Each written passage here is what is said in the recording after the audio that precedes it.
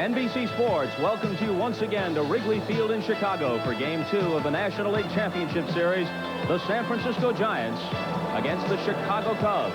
It rained most of the day. The field, of course, was covered. Now it is not raining. The weatherman says the threat of precipitation is past. The temperature, 58 degrees, rather comfortable, actually. We expect to get the game in without interruption. That's the weather. But Vin Scully is under the weather. This is like coming out of the bullpen for Sandy Koufax. Hi, everybody. Bob Costas with Tom Seaver. An off day in the American League Series, so I was available for relief duty, and we expect that Vin will be with us from Candlestick Park for Game 3 on Saturday. What about the wind? Well, the wind here is always a factor. The wind is a factor in every ball game. When you come to Wrigley Field, it is an even bigger factor. The wind blowing out tonight. It was blowing out last night. Giants poured up a lot of runs. It's blowing out even harder tonight than it was last night, and an even bigger advantage for San Francisco. The field, of course, is wet in the outfield. Let's go down to the field and get a report from Mike Schmidt. Schmitty? Well, it's not bad at all down here. I mean, they've done a great job preparing the infield. It's dry. There's no precipitation down here. The problem is, as you say, when the ball rolls into the outfield, it's going to be like a fish. When they come off the infield for a foul ball or an overthrow or something, I mean, it is mucky. I got my rubbers on. If this was golf, you know, I'd get a free drop here. It's so wet. The baseball's going to be played. I look for a good one. Back to you. All right, Mike, thanks very much. You know all about Rick Russell, 40 years old, 17-game winner. Mike Bilecki at age 30 emerged suddenly as an 18-game winner for the Chicago Cubs, and the pressure's on him tonight. Crucial game for the Cubs. They don't want to go away 0-2. The thing that Mike Bilecki has to do is keep his ball club in the ball game, so Don Zimmer has a chance to do the things that he's done all year to manufacture runs. That's how the Cubs are going to win if they're going to win a ball game.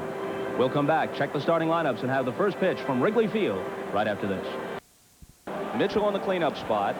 Williams so vital in the fifth slot the last 2 months of the season. Terry Kennedy, nursing a sore shoulder, will nonetheless catch. Pat Sheridan, the former American leaguer, in right. Jose Uribe at short. And Russell to pitch, a pretty good hitting pitcher. Mike Bilecki went 18-7 with an ERA of 3.14, a no decision in his lone appearance against the Giants, a game in which he pitched pretty well, but Mitch Williams couldn't hold a lead for him. Prior to this year, he was knocking around between the Pittsburgh organization and the minors with a career mark of just 12-19. Came out of the spring maybe as their number 5 starter. Emerged as something close to an ace before all was said and done. Butler bounces it foul, and we're underway. Became the ace, a fine pitcher for the Cubs, Bob, because of the development of a forkball down in winter ball in the Dominican Republic, on the Caribbean during the offseason. And Dick Pohl has done wonders with Bilecki. Butler thinks about a bunt and takes down and in. Maddox, of course, would be their ace. But Bilecki with 18 close to that. I talk about Bilecki being maybe the most consistent starter on the Cubs staff all year. Remember that Maddox started 1-5, but a lot of people around here with the Cubs organization feel that his consistency was the best on the staff. Down low, 2-1. He won 18 and left 5 others with leads that Mitch Williams couldn't hold. Williams had 11 blown saves, 5 of them at Bilecki's expense. Otherwise, he could very well have been a 20-game winner. The 2-1 pitch to Butler. 3 balls and a strike. Both Butler and Thompson had 1 hit last night. They were on base a combined 4 times between them.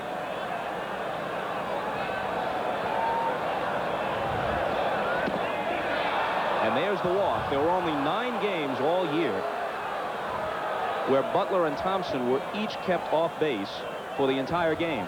Not surprisingly, the Giants lost all 9. When the table setters do not get aboard for Clark and Mitchell, it's a different story. We talked about one of the keys for beating the Giants, if the Cubs are going to do it, is keeping the top 2 guys off of the bases. That doesn't change from game 1 to game 2. It's going to be true no matter how far this series goes. The Cubs want to win. They're going to have to keep Butler and Thompson off the bases. Butler stole 31 this year.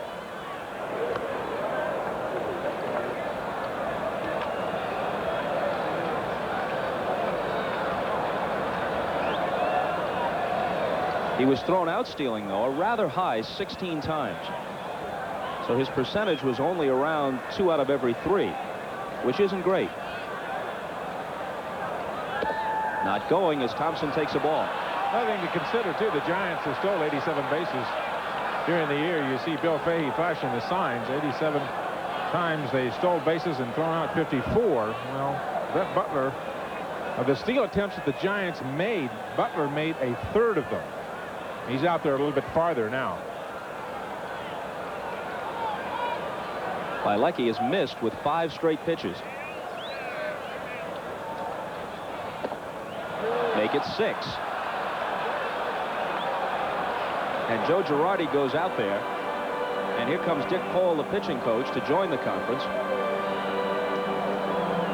One thing Dick Pole has done with his young staff, he has really worked very closely with Greg Maddux and Mike Bilecki. He is really very vocal about what he wants done and how he wants it done on the mound. He wants Bilecki to get ahead. With the problem the Cubs had last night, they got behind hitters. Doesn't make any difference what level of baseball you play. You have to pitch ahead in the count or you're going to get killed. And you do it especially against guys like Will Clark and Kevin Mitchell. You're going to get pounded. You got to stay ahead of the hitters, and that's what Dick Pole's talking to him about. Listen, 3 passes are going to kill you. You've got to throw strikes. Clark and Mitchell waiting. And there's a called strike to Thompson. 2-1. Last night, the Giants threw 3 on the board. In the first inning, the Cubs were able to strike back with 2 as Grace hit a home run. Then after Clark hit one to make it 4-2, Sandberg struck, so they were hanging with them until a disastrous 4th with the decision to pitch to Clark. Instead of bringing Ossenmacher in, letting Maddux work to him, and Clark hit the grand slam. Close, but he got back. 2 pitchers today here in Wrigley Field with pretty good moves. Mike Bilecki, a good move to first, and Rick Russell for the Giants, probably the best move by a right-hander in the National League. Boy, that was close. Good move by Bilecki. You can see that Butler wants to go to second base. Both these clubs will run, and they'll run at any time. Both managers very aggressive.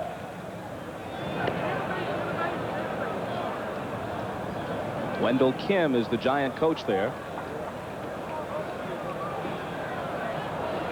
Bill Fahey, as Tom said, on the lines at third.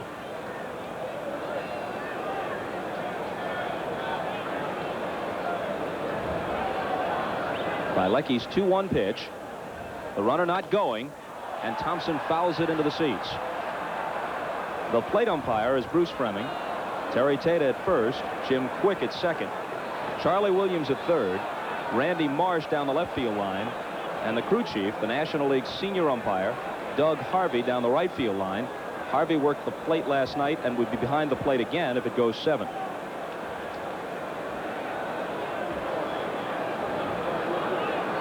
Thompson strikes out a lot, 133 during the year, and if you're going to put the hit and run on, you do in a situation where you think he's going to get a fastball.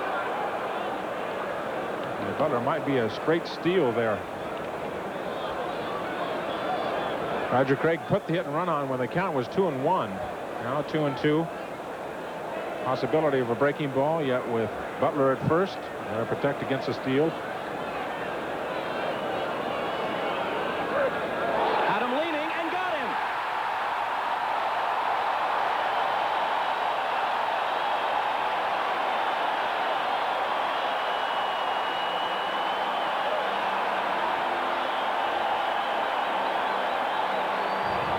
Good move by Bilecki. A couple of steps, and you can see that Brett Butler was on his way to second base. Both these managers very aggressive. They are not afraid to make aggressive mistakes. Now Thompson lifts a pop-up, and Grace tucks it away for the second out.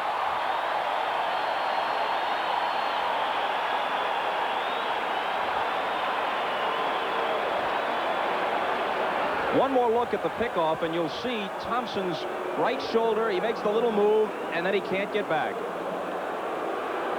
You can feel the emotion here at Wrigley Field. The people loving that out. A big out to kind of swing momentum maybe back to the Cubs side of the field. The one big out, of course, the Cubs did not get last night.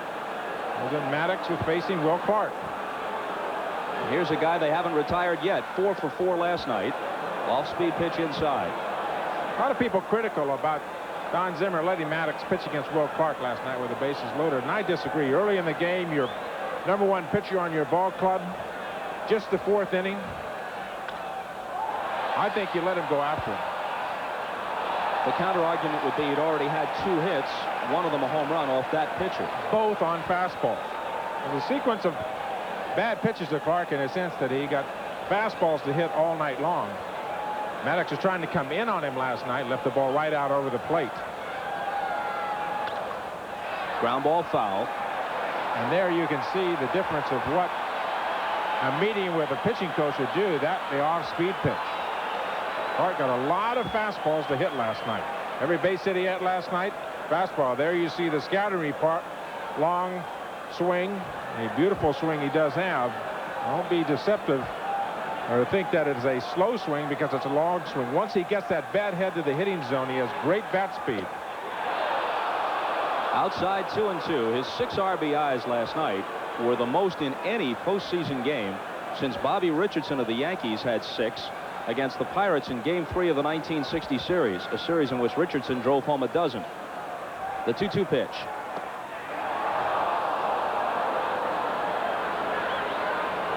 Full count with 2 out and nobody on. No score, top half of the first. Be interesting here to see what the pitch is. 3-2. Last night 3-2. He got a fastball. He spoils this one and will do it all over again. Boy, what intensity he has. 9 innings, 27 outs. Oh, he plays hard, every one of them. He lays off and draws the second walk of the inning.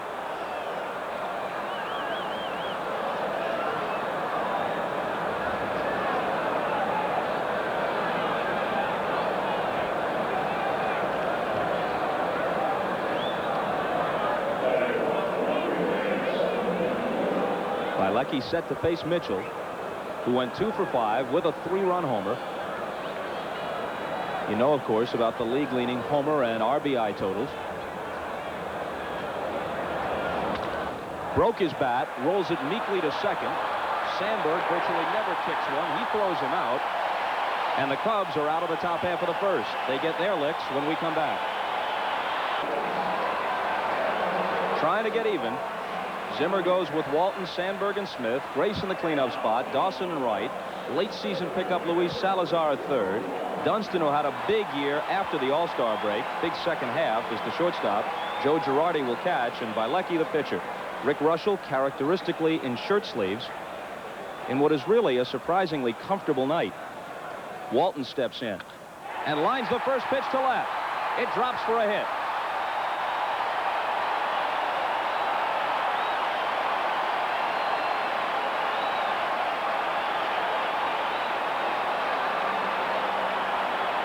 They shoehorned 39,000 in here last night, and after the early innings, they didn't have much chance to cheer. They're ready to erupt at any opportunity this evening. Don't be surprised if you see the Cubs going up there swinging at the first pitch. Rick Russell likes to get ahead. He's an old-timer, and old-timers like to pitch ahead in the count. They like to get the first strike. Rick will come right at you.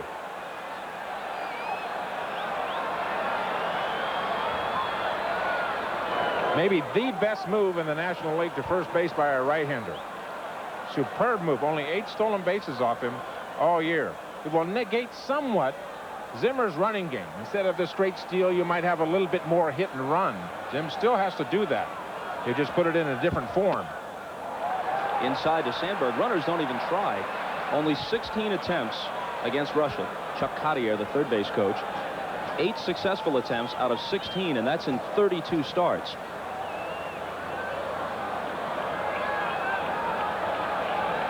Walton stole 24 this year. He's going, and Sandberg aims for the right field line, but it is slicing fair. Fair ball in the corner.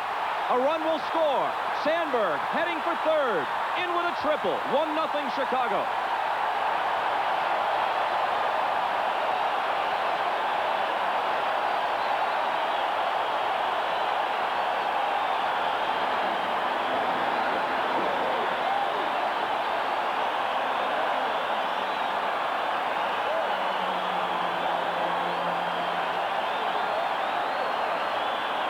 scouts will tell you that Rick Rusher will let you know early if he's got it or doesn't have it. Both pitches, the single by Walton, the triple by Sandberg, up in the hitting zone. And Rick Rusher doesn't have it. He gets hit hard early. You won't know it by his face. He's the same all the time. He's very stoic on the mound. But if he starts getting the ball up in the strike zone, seen 2 examples of it, 2 balls hit very hard. 0-1 to Dwight Smith. Russell from the stretch. Ahead of him 0-2. The ball by Sandberg went into the deep right field corner, whereas you watch from behind the plate, you lose sight of it with the naked eye. But of course, Doug Harvey on the right field line in perfect position to make the call of fair. Liner caught by Clark as Sandberg holds.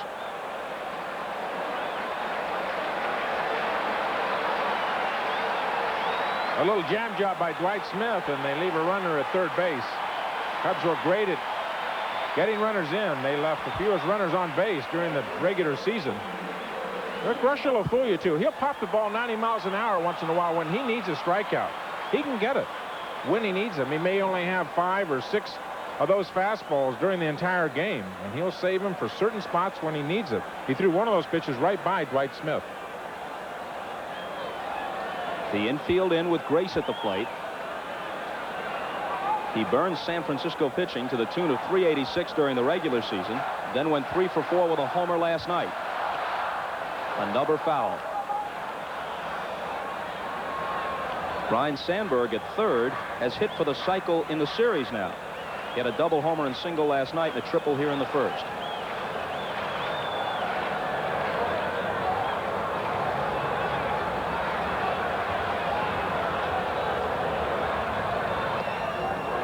A ball and a strike. You see a big sequence of fastballs from Rick Rusher. Just changing speeds, not necessarily change up. He may go through an entire game and throw but 10 breaking balls and just vary the speeds on his fastball. Breaking ball high and away, 2-1.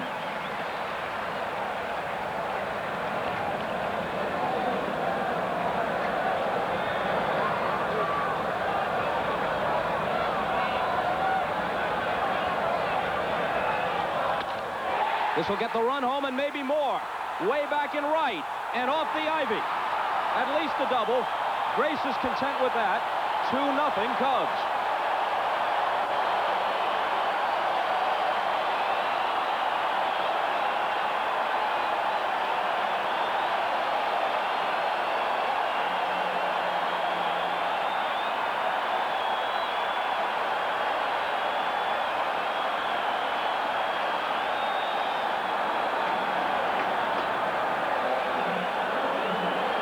These Cubs have been very resilient all year long. Best hitter consistently on their ball club, Mark Grace, hit .314 during the year. Rusher's pitches are very flat. Not much action at the hitting zone. And Dawson launches one deep to left if it stays fair, but a foul ball. Man, they are crushing pitches off Rick Rusher.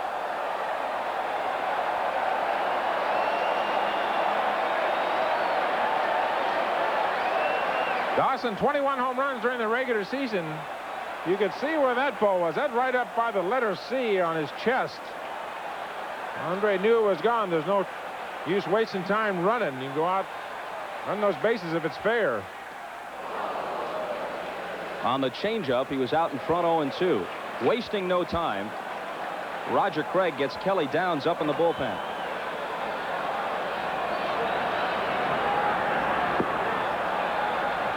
Man, in these first 2 games in the National League Series, there's scarcely been time to settle in.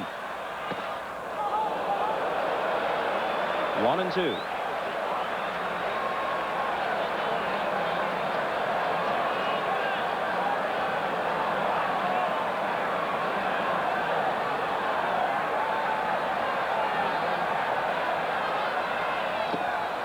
And he gets Andre swinging. Talked about Rusher saving a fastball here or there for a strikeout when he needs it. It's the same fastball that he threw right by Dwight Smith for the second strike in this same inning. They just changed speeds, You have to protect against that pitch. Great changeup before it, set it up, and he threw it right by Dawson, who is a good fastball hitter. Here's Salazar now, taking a strike. 282 for the year between San Diego and Chicago, but 325 with the Cubbies.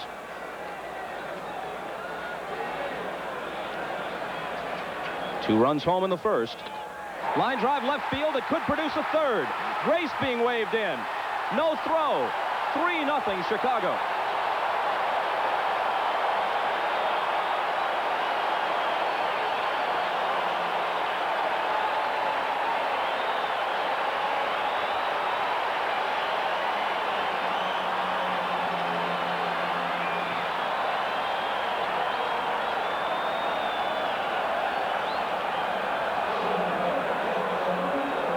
Craig and Norm Sherry watching intently. 4 hits, 2 singles, a double, and a triple. All of them well hit, plus a loud foul from Dawson before he struck out.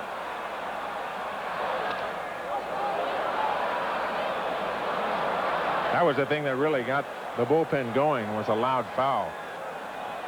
The home run that Dawson just missed.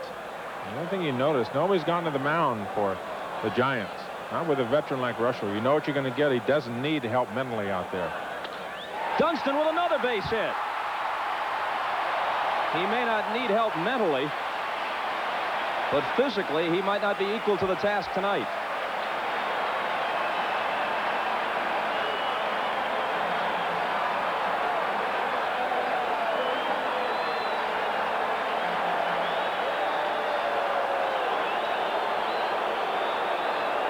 Craig crossing the foul line, hasn't motioned for the bullpen yet, and now he does.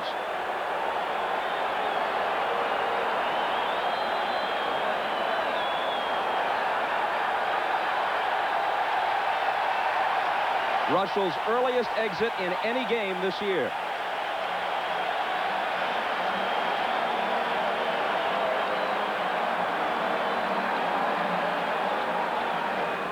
They were the biggest men I'd ever seen.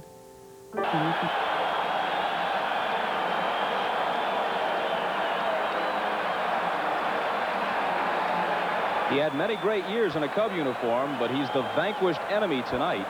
Since World War II, only Ferguson Jenkins has more victories as a Cub than Rick Russell. Of his 211 career wins, 135 came for this team, but they treated him rudely tonight. The hometown crowd really treated him very warmly, though. He was a big favorite here with the Cubs. And that was a warm round of applause. As soon as he left that mound, everybody got on their feet, and it was not jeers that Russell was hearing as he walked off. It was appreciation for the 10 years that he did spend here in a Cub uniform. Kelly Downs' first hitter is the catcher Joe Girardi. 1-1 the count. 3 runs home, 2 men on. 5 base hits. Every hitter actually hit the ball hard against Russell because Dwight Smith lined out to Grace at first, and Dawson hit a 400-foot foul before striking out. 2-1.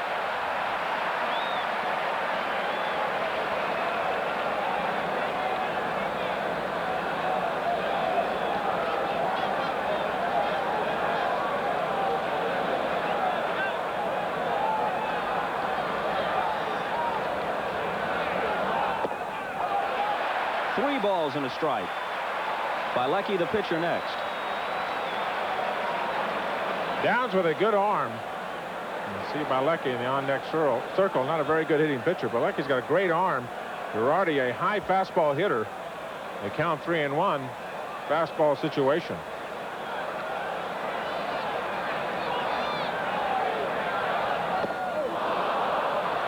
Full count, and so the runners will take off. He was sitting right on it, too.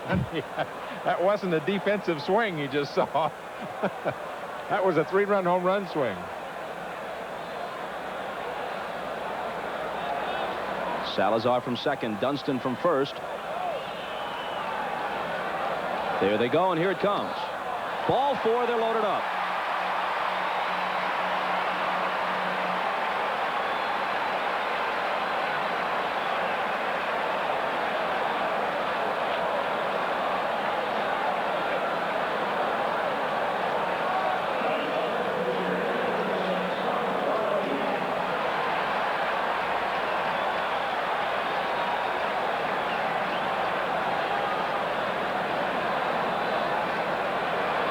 5 hits and a walk in the Chicago first.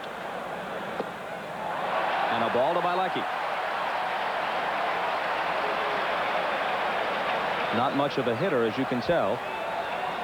2 of those 3 RBIs came on 2 squeeze bunts, too. You won't see it here with 2 outs. Well, Zimmer, you never know. I mean, they said Zimmer will do anything at any time. By the way, Tom, do you happen to know? No, I don't want to hear this. You know the answer already, I know don't it you? already. I don't want to hear this. I beat you to the punch here. Well, we can't leave the public hanging. The last time, as the count goes to 2-1, that a Cub pitcher hit a grand slam, it came in 1972. Smiling Bert Hooton hit it off an unsmiling Tom Seaver. You want to know where it hit? In the basket in left center. Didn't even go over the wall. It had to hit in the basket.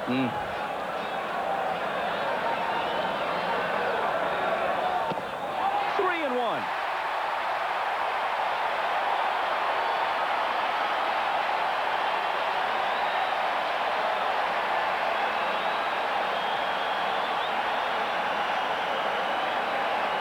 Craig sends Sherry out to the mound to try and set Kelly down straight. Maybe he sees something physically that he's doing wrong. If he's pulling the left arm toward the dugout, slinging the ball. This is not Babe Ruth at home plate. Frank Bilecki, just 3 base hits all year long. And you go right after him. Throw the ball right down the middle.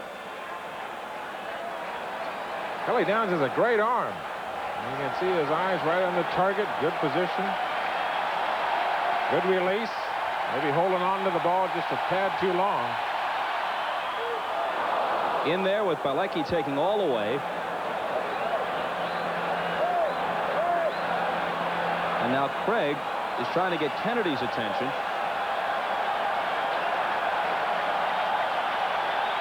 From the set, the runners go. Line drive, base hit. How do you figure this? 2 more runs.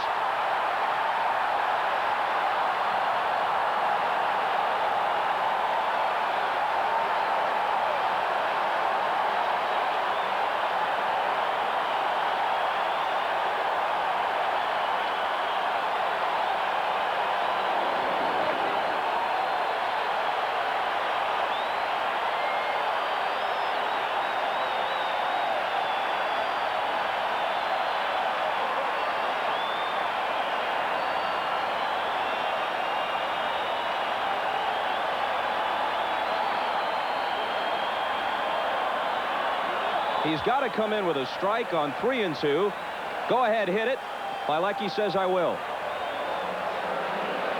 That is not a lesson for pitching ahead. Don't pitch behind in the count. Bilecki 70 times at the plate, 3 base hits all year.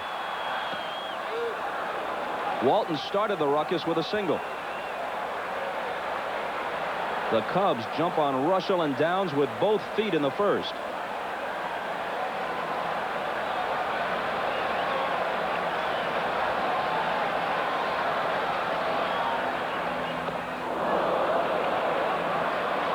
You see Zim's face?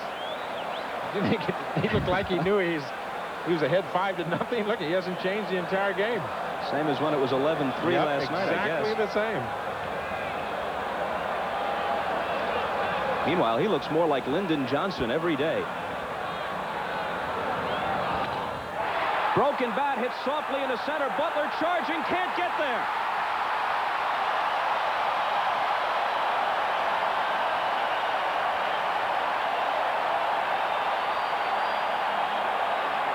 The 7th hit and the 6th run.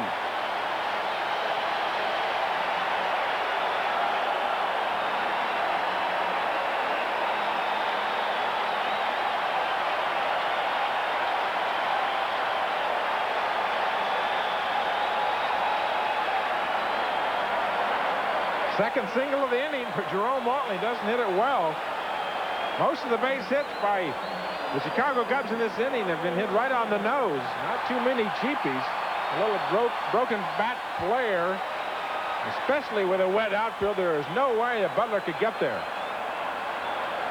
Atlee Hammaker starts to heat up.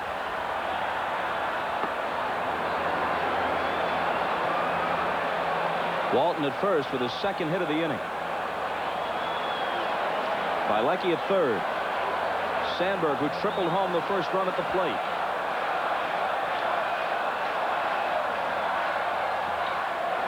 Ball one. Tom, as you said, all year long in a topsy-turvy divisional race, the Cubs had the facility to put tough losses behind them. Now, last night was tough, not so much because it could have gone either way. It wasn't close. But they were really pummeled. They come out with 6 of their own in the first. Many times losing a ball game, it's easier to lose a ball game 11-3 than it is 2-1 or 3-2. Losing those one-run ball games can really be killers. They usually just get the tar knocked out of you. There's nothing you can do about it.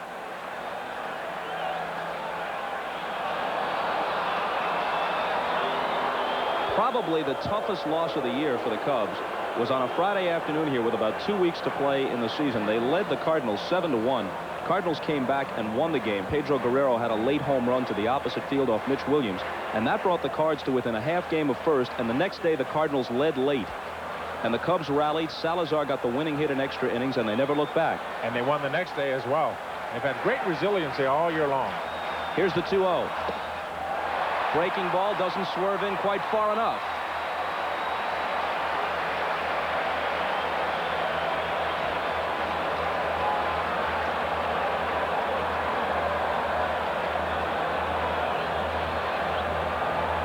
Possible green light for Rhino.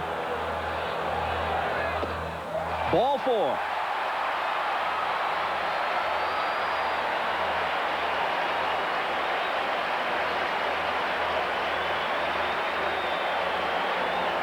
Now Dwight Smith is the 12th man to bat in the inning.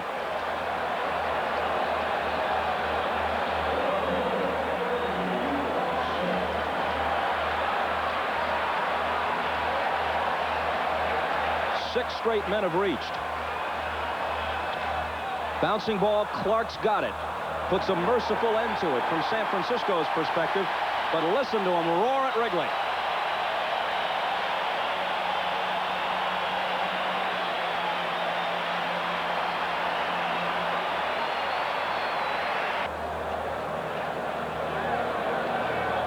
On to the second. Williams, Kennedy, and Sheridan for the Giants, who lead the series 1-0, but trail here 6-0 after the first. Can you imagine somebody that tuned in late and said, what? 6-0?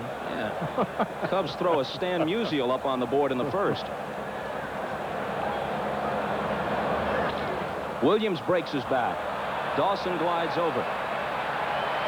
One down in the second. Mike Schmidt is alongside the Cub dugout. Let's go down to him. I sure am, Bobby. I'm going to tell you something. This joint is jumping down here. I feel like I'm part of the Cubs team. I don't want to sound biased, but these guys are fired up. They were calm in the clubhouse before. I was with them in there, but they sure don't show signs of calmness out here right now. These guys are fired up. This joint is jumping down here, and I feel like I ought to be in uniform. Terry Kennedy's turn.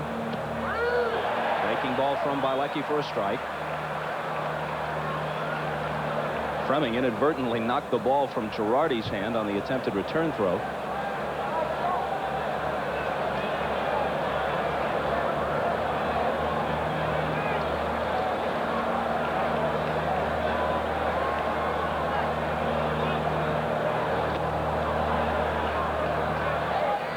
Let's turn the page in the scout's notebook on Terry Kennedy. He was an outstanding hitter when he was at the San Diego Padres. Good low fastball hitter. Lit the ball up the middle and bunch him in the outfield. Jerome Walton on the left field side of second base. You can see they give him the right center field alley. He used to be an outstanding alley hitter. He would go to left field a little bit more now than he did earlier in his career. Called strike 2-2. Terry hit .239 for the year with 5 home runs. Well, on the opening you said the Cubs cannot fall behind early. I guess this fits the prescription. Well, they've taken the running game away from Roger Craig. It's just the reverse of what happened last night. The thing about the San Francisco Giants is that they have the kind of club that can come back and get a 3-run home run. They can come back and get a couple of 2-run home runs. That's a big deficit, and that takes your running game away from you. You just can't run into outs. Bilecki's pitch to the 4-time All-Star Terry Kennedy. Opposite field toward the line, and it drops in there. Smith can't get it. Kennedy's going to have a one-out double. That's the first hit off by Lecky. He had walked 2 in the first.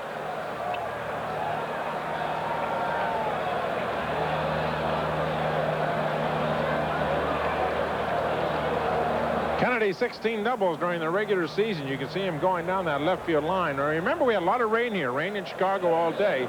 It's going to be very soft and slippery in the outfield. The infield is in great shape. Luby Veal, the groundskeeper here, has kept the infield in terrific shape, but it's going to be very wet and very slippery. Balls are going to be very slick when they're hit to the outfield. As a result, the outfielders have to play a little bit deeper. It's going to concede a couple of steps so the ball doesn't get by you in the alleys. There you can see some of the puddles down along the warning track. Sheridan was 2 for 4 in game 1. You remember the dramatic home run he hit 2 years ago in the playoffs for the Tigers. They had lost the first 2 games at Minnesota. He hit a home run late in game 3 at Tiger Stadium to win the game, but it turned out to be Detroit's only victory as the Twins upset them 4 games to 1.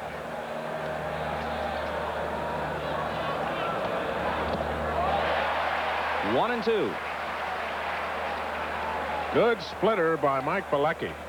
Basically a 3-pitch pitcher. Fastball, a little somewhat of a slur. That's the half curve, half slider, and the split-fingered fastball. You see it.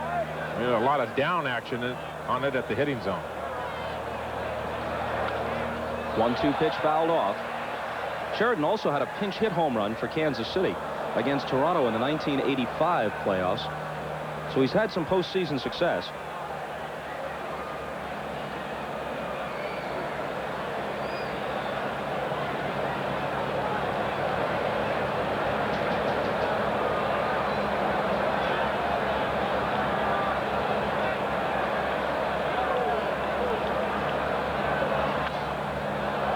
Here's what the Cubs were looking at coming into tonight's game. In the long history of World Series play and since the League Championship Series went to a best-of-7 format, there have been 11 teams that have overcome 2-0 deficits to win. But only 2 teams have ever lost the first 2 games at home and rallied to win a 7-game series. The 1985 Royals did it against the Cardinals in the World Series. And the very next year, the Mets lost the first 2 at Shea to the Red Sox and came back to beat Boston.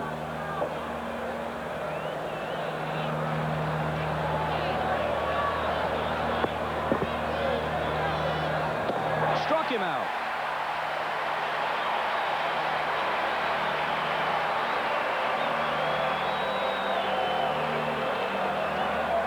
Great pitch by Bilecki. One of the things that Dick Pohl, the pitching coach, is trying to get Bilecki to do, throw the ball inside. That's the split finger fastball.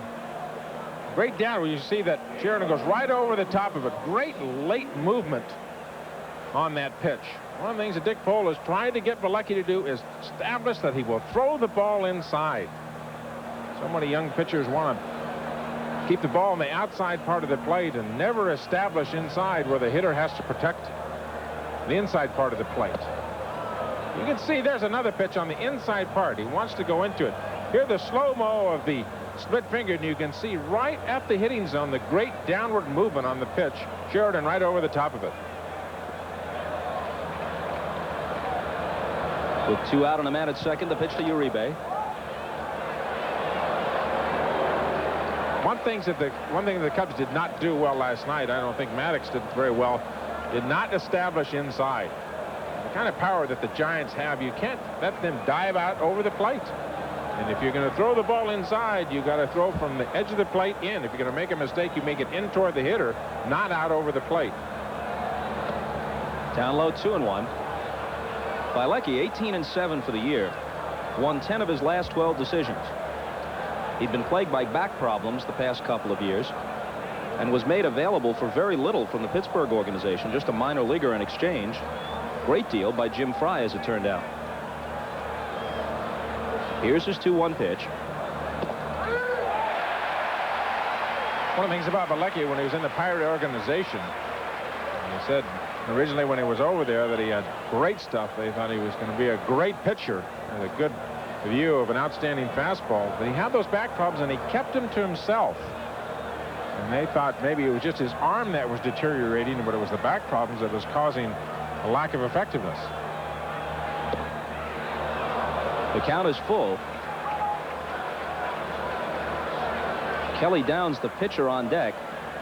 He is in the circle, and he just took off the warm-up jacket. Hammaker had been throwing earlier. Let's see what happens if Uribe reaches. If they decide they don't want to go too deep into their bullpen and use up pitchers early, or if they decide that down 6-0, they can't relinquish any possibility, and they send somebody to the bat rack. We'll never know. The fourth ball again for his second strikeout of the inning, and we're back after these messages from your local station.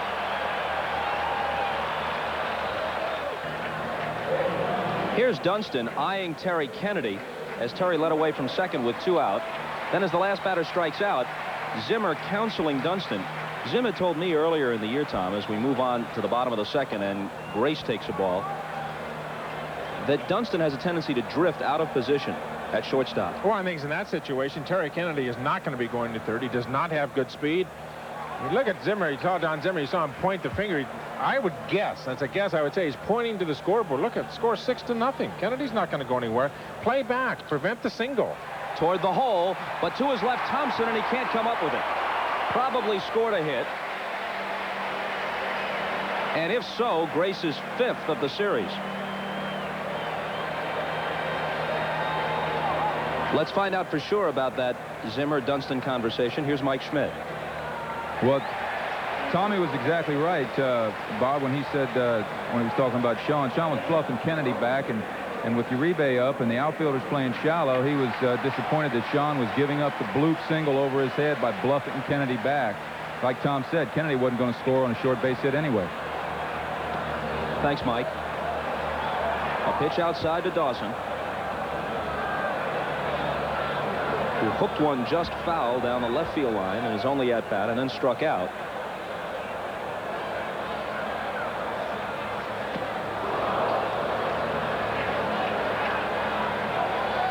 The last ball was scored a hit for Grace. Much is made about the greatness of Ryne Sandberg at second base, and rightly so, and his long errorless streak. But this guy, Robbie Thompson, made only 8 errors all year. Sandberg kicked 6.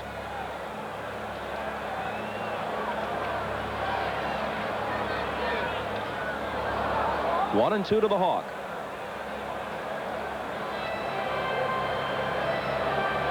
Here's another look at that play. It's off the heel of his glove, and it's a play that Robbie has made in the past, but you can't score it an error. I think you certainly expect Thompson to make that play, no question.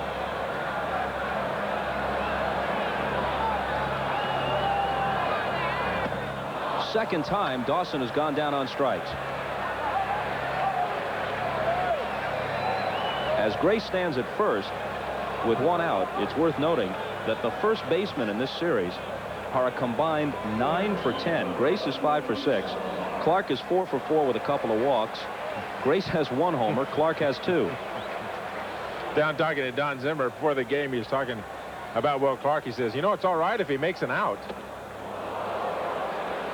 He said he only hit 333. You know, he's going to make some outs during the game. And then somebody else was in the room. They said, you know, somebody on the San Francisco Giants might say the same thing about Mark Grace. There's a pretty good first baseman right there, president of the National League, Bill White. He was a fine player for the Cardinals and the Phillies. A called strike, 0-2 to Salazar. If you're just joining us, a couple of explanations. Most importantly, the Cubs got 6 in the last half of the first. Chased Rick Russell almost before he could break a sweat, if it's possible to perspire on a night like this. And secondly, Vin Scully has a sore throat. If it was at all possible for him to make it, you can bet Vinny would be up here. But reluctantly, he had to step aside. And this being an off day in the American League Series, I was able to fill in.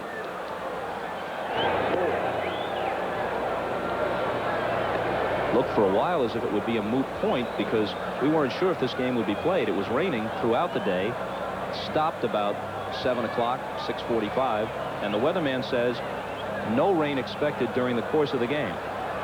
So we should be home free. The runner goes. Salazar reaches out, pokes it toward the vacated spot, but Thompson gets back, and the throw is in time. Now the other man heading for third, and he's out. With the Cubs in front 6-0, Grace can afford to smile as he hands the helmet to Chuck Cottier. Will Clark alertly pegged it across the diamond for the out. Is he something or what? I mean, he's on his toes all the time. And we're back after this from your local station. Friday means Baywatch. Word gets out real fast when the surf's up. Experience summer all season long. Friday means hardball. That's standing only on one foot. Two cops who play at third. Terrific play by Will Clark at first, spinning and throwing over to Matt Williams. Williams blocked the bag. I don't think he ever got to the bag. The throw was late just by a fraction. The foot got there before the throw, before Williams could make the tag. But I think he had the bag was blocked. Great positioning by the third base umpire, Charlie Williams. Right onto, he had his nose right in there, right on top of it. Kelly Downs does bat for himself to start the third. That's out of play, 1-2. This is a terrific play by three different Giants on the infield. Now judge for yourself. Watch Matt Williams' left foot, which is keeping Grace's left foot off the bag apparently, because Mark does arrive ahead of the tag bodily, but he never gets the foot in there. Grace never argued. Cartier never argued. You can see him look up and he says, I thought the ball went through. It was a good play by Thompson because he was breaking over to cover the bag. As Grace was running on the 1-2 pitch to Salazar, the ball very nearly did get through, but Thompson reversed himself, went back to his left, gobbled it up, and threw to Clark. And then Clark, as you saw, didn't hesitate for a second. He whirled and pegged it across the diamond to Williams, who not only received the throw and slapped the tag down quickly, but blocked Grace off the bag. Downs hits one down toward Grace. Last year he made 17 errors, reduced that figure to half a dozen in 1989. The count goes all the way to 3-2, and Kelly Downs, who only went to the plate 22 times all year, a good swing and hit that ball in a pretty good part of the bat. Remember Bilecki earlier in the game, he got to the count to 3-2, and even when a pitcher can go up there and hack at a 3-2 at a full count, you know it's going to be a fastball. You got a pretty good chance of making at least decent contact. So here's Butler, who walked to start the game, but then on Bilecki's fourth throw over, he was picked off. A little looper, Sandberg back.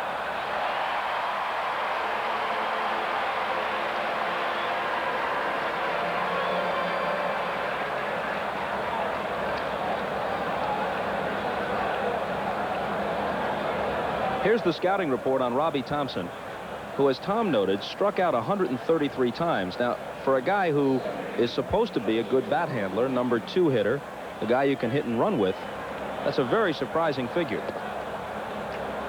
He's a good bat handler, and you can hit and run with him if you get him to a situation where you know he's going to get a fastball when he gets ahead in the count.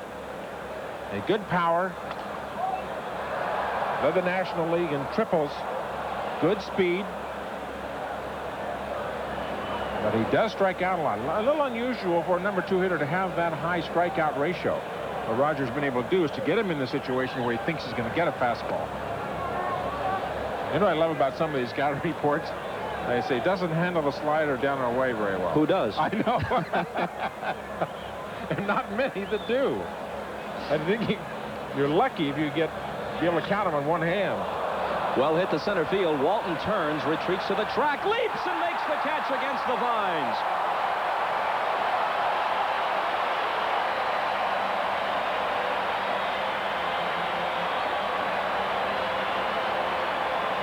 You can see Walton continues to drift and drift and drift. The wind here at Wrigley Field will play tricks with the ball. 2 of the National League Championship Series is brought to you by Buick and your Buick dealer. The Great American Road belongs to Buick. And by New York Life, the company you keep.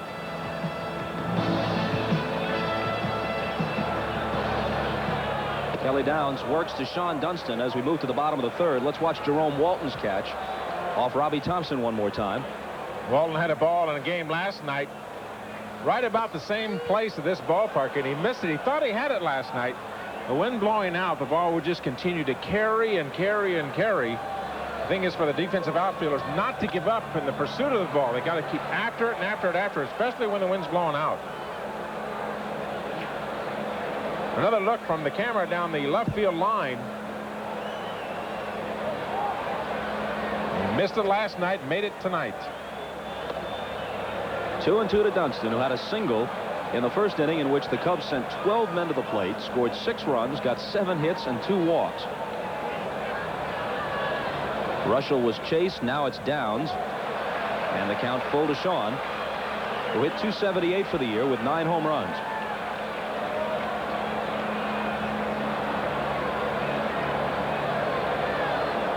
As you see, he stumbled out of the gate, began to heat up in June, caught fire around the All-Star break with the big July. Kennedy might have thought they had him struck out. He held the ball for a second, but Dunston has a leadoff walk.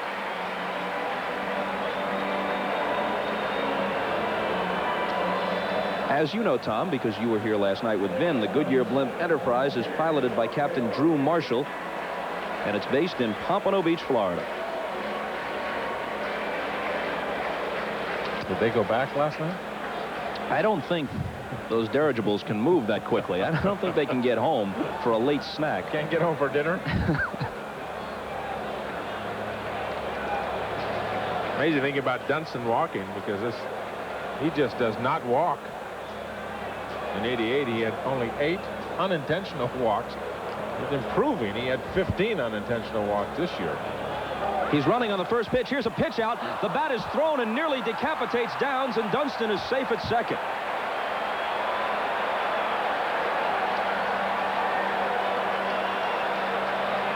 Girardi doing what he had to do to try and disrupt Kennedy on the pitch out and maybe make some contact with it. And Downs had to chuck and duck. Hitter's obligation to at least make an attempt on the ball. The Giants pitching out. Don Zimmer is going to run. He's going to try to add to his lead. You could see on the pitch of the delivery that even when Downs started to make his move toward home, he was still looking at first base, knowing that he was going to throw a pitch out. Now the 1-0 to Girardi. A drive to right. Back goes Sheridan, still sailing back there, and he makes the catch at his hip on the warning track. Dunston retreats to tag. He was slow in doing so, but he gets there anyway.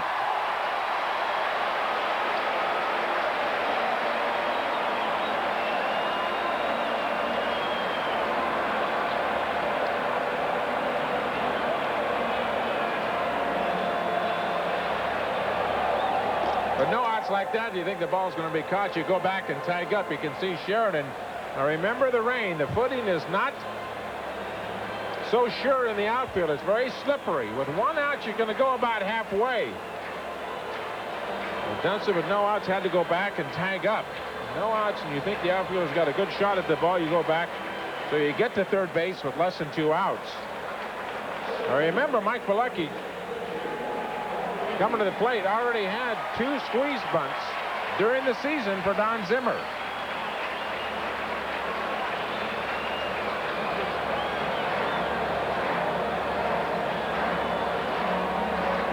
What is that, an oversized golf ball? That's my fastball. That's about what every baseball looked like to Kevin Mitchell this summer, the guy who picked it up and threw it back in.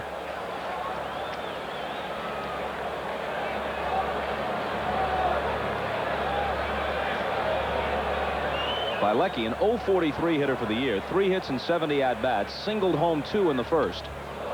Infield in, and he swings and misses.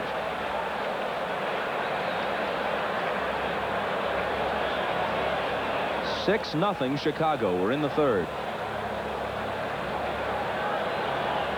There is no playing it by the book for Don Zimmer. You can expect anything at any time. You may wait till 2 strikes for the squeeze.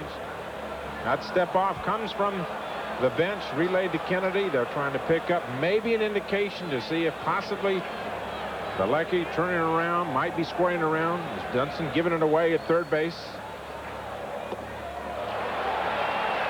A ball and a strike.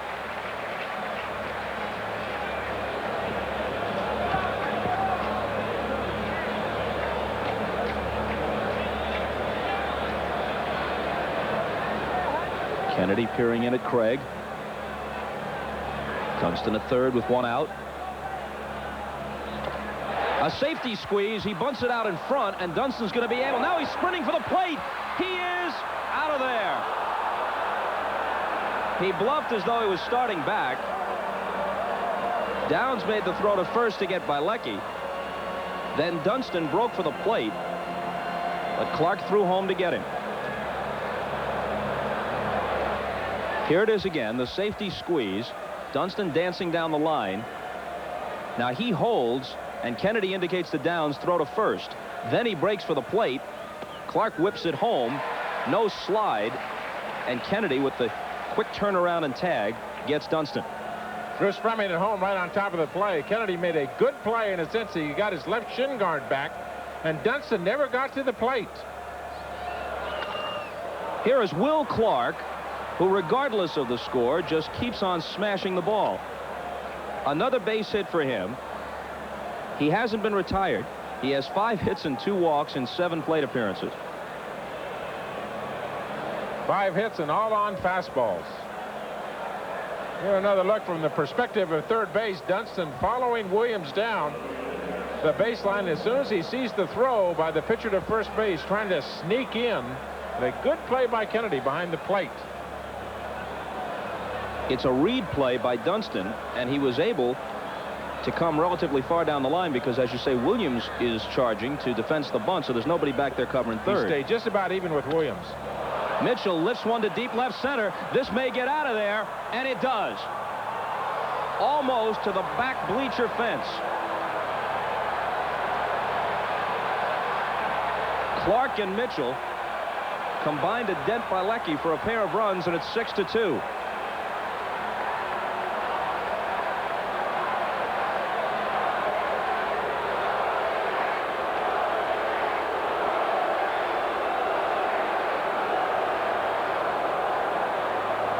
They're chanting, throw it back,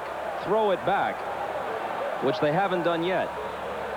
There may be one relative newcomer to the bleachers who doesn't understand the custom and wants to keep the souvenir. But if he's a decent Chicagoan, he's going to unleash it. For the moment, he or she prefers to remain a civic disgrace. 6-2. We're only in the 4th. Williams rips one backhanded by Salazar. Watch the Mitchell home run one more time, Tom. When you consider last night that the Giants got 11 RBIs out of the 3, 4, 5 position in their lineup. 11 RBIs out of the 3, 4, 5. Now here's 2 more in 2 games, 13 runs out of the 3, 4, 5 position. Man, 47 home runs during the regular season. You let him extend his arms, he's going to hit the ball hard.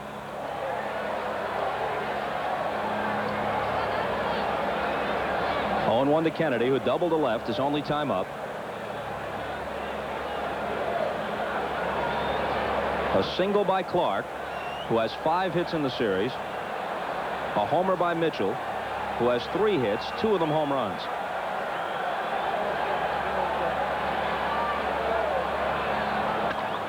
Ripped down the right field line, but foul into the bullpen.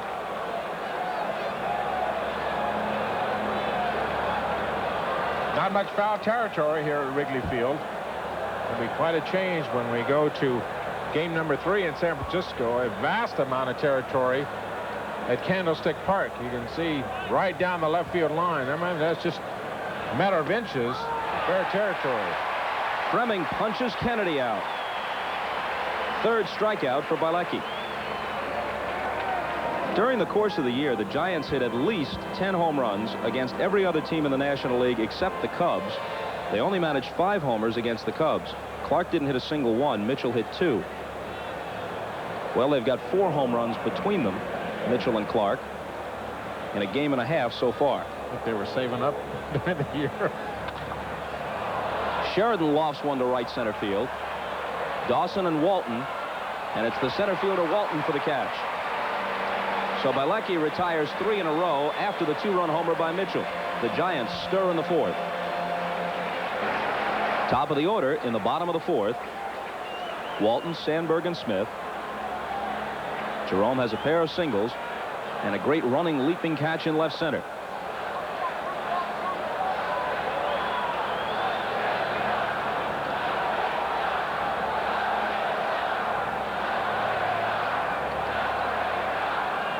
The Giants following a familiar pattern to get on the scoreboard. A single by the league's second leading hitter. And then a long home run to left center. Would have been out probably under any circumstances, but pushed almost to the back of the bleachers by the wind blowing out for Kevin Mitchell, who led the majors, of course, with 47. We still haven't seen the ball come back. Walton thinking about a bunt.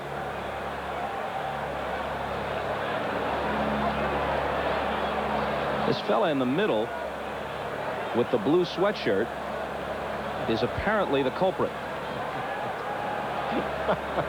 We are showing everybody in Chicago watching that's going to come out here. Liner to center. Butler almost in his tracks, and Walton is retired for the first time. On Sunday, before a baseball doubleheader, NFL Live, 12:30 Eastern Time. O.J. Simpson reports on the developments this week surrounding the Raiders. Then the early games include Machine Gun Kelly and company at the Hoosier Dome against Eric Dickerson and the Colts. It's Kozar against Marino in Miami. Houston, New England, Cincinnati, Pittsburgh. The Steelers have rebounded in the last couple of weeks, and these 2 games later in the day on NBC.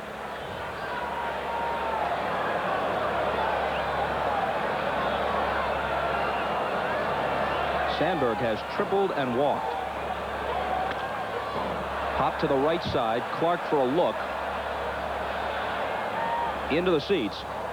But he went over because it's possible that the wind could have kept that one in. Definitely the wind a factor. Wind will blow that ball right back to fair territory. In the game last night, Mark Grace lost the ball in that same area right over there. That is an anemometer wind gauge they have here at Wrigley Field. Grace had a foul ball over there last night. Had to take his eye off the ball to look where that camera section is down the first baseline, just to the right of the Giant dugout. By the time he looked back up, he'd overrun the ball, fell right between Grace and Sandberg in foul territory. Downs works 0-2 and misses inside. Last year, the Giants, I should say 1987, 2 years ago when they won the West, the Giants split the first 2 games of the playoffs in St. Louis.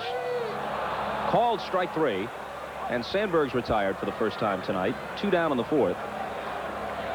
We'll pick up on that in a minute after we take a look at the 3rd strike. You can see Downs, either the slider or cut fastball in the blown away corner, right where you just can't hit it.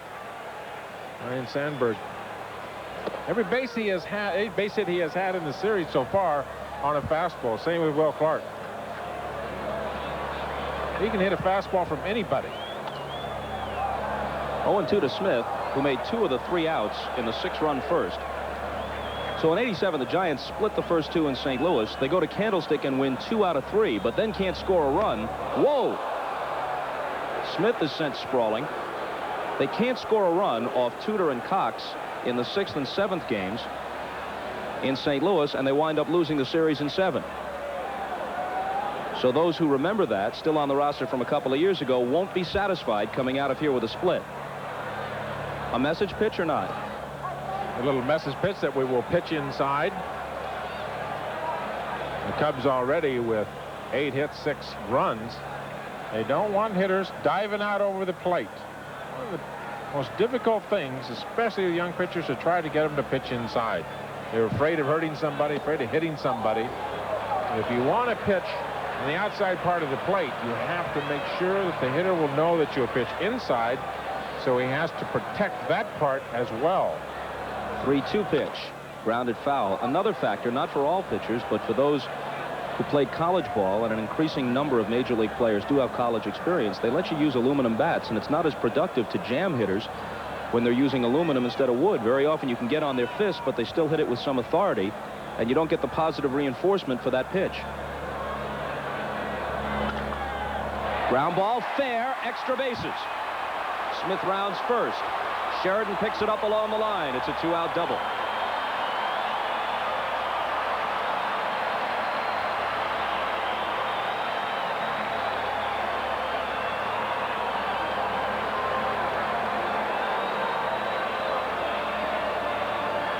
Here you see from our right field camera right down the line, just inside, Will Clark not guarding the baseline. Dwight Smith, 19 doubles during the regular season. Boy, Kelly Downs went way inside. He kept going and inside, going inside. Smith did not give an inch. Pulled the ball right inside the bag, but take the bat right out of Mark Grace's hands. The fans don't like it, but would any rational man or woman in America make a different decision? Dawson, a right-handed batter, has struck out twice. Grace hit .386 and drove in 12 runs in 12 games during the regular season against the Giants. He's 5 for 6 with a homer and a double, plus a walk so far.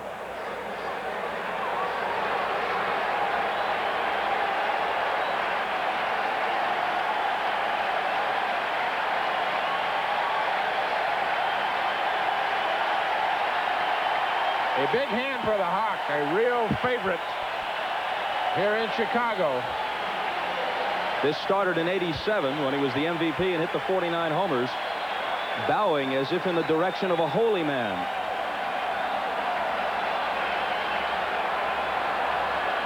Oh for 5 in the series to this point. And a called strike. And one of the beautiful things in this game so far, in this series, the first 2 games, the intensity that you see in the eyes of Andre Dawson and the intensity that you see in the eyes of Will Clark.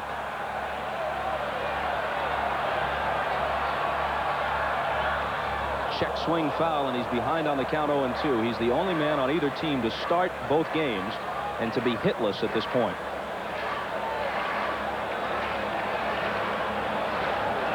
Here you see the intensity of Dawson at the plate. A dead high fastball hitter, first ball fastball hitter.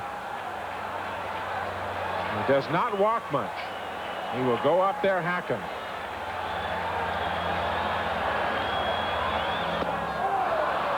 And he has struck out all 3 times.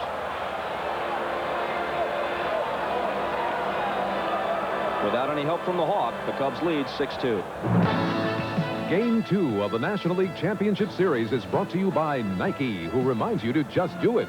And by Anheuser-Busch. We brew our fine quality beers to be enjoyed responsibly. Remember, know when to say when.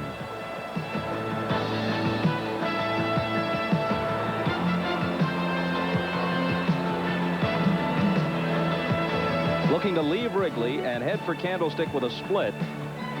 The Cubs lead here 6-2, 6 in the last half of the first on 7 hits as they dispatched Rick Russell rather rudely. Then a single by Clark and a homer by Mitchell in the 4th got the Giants back to within 4. What a beautiful shot.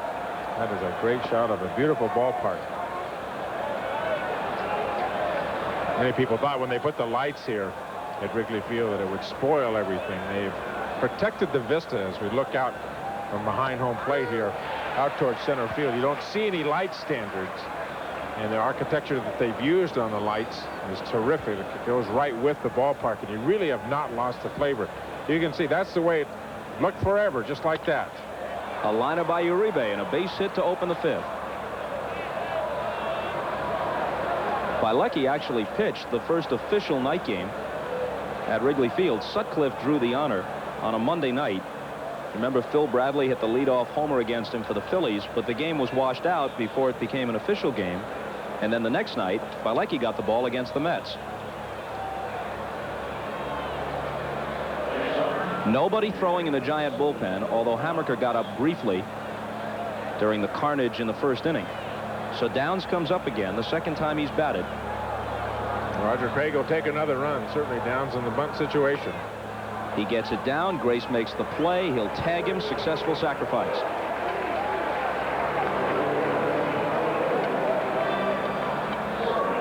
Tomorrow is an off day in the National League. Travel to the West Coast. Tony Kubek and I will be at the Sky Dome in Toronto.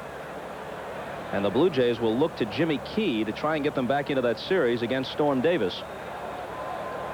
Oakland left their home park with an apparent stranglehold on it, ahead 2-0.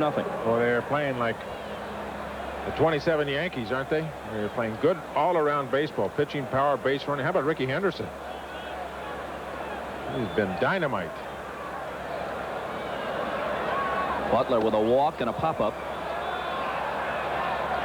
And there's a little bit of controversy because after the game yesterday, Ernie Witt was sharply critical of Henderson, accusing him of hot-dogging and trying to rub it in by going in on a stolen base on which there was no throw standing up. And La Russa said, hey, why doesn't Ernie Witt try and make some sense? Those comments are foolish, said La Russa. So there's an undercurrent now in that series of resentment.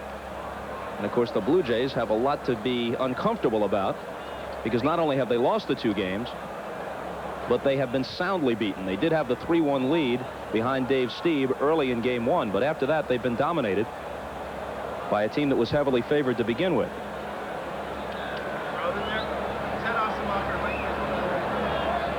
Double-barreled action now. The left-hander is Assenmacher. The right-hander is Les Lancaster. Bilecki has to get through this inning to qualify for the win, leading 6-2. And behind Butler, 2-1. The question is how long are you going to leave Bilecki in the sense of a 7-game series? He's going to pitch again, most likely. He would be pitching on the 4th day, just 3 days rest. The majority of the year, the Cubs have been working on 4 days rest. They did go through a period where they worked on 3 days. A strike to Butler, 2-2. Uribe at second with 1 down here in the 5th. Let's see what the scouts say about Brett Butler. Good inside-out hitter. Take the ball to left field. You could see last night in last night's game, every time he got 2 strikes on him, he tried to hit the ball in the hole between Salazar and Dunston. Definitely just flat go to left field. Walton pretty deep in center field with 2 strikes, but they will play him around the left field and the outfield. Those scouting reports put together by Steve Horn of our staff. They're a consensus of the opinions of several scouts around the league. 2-2 pitch is hit in the air to left. Dwight Smith wants it and has it.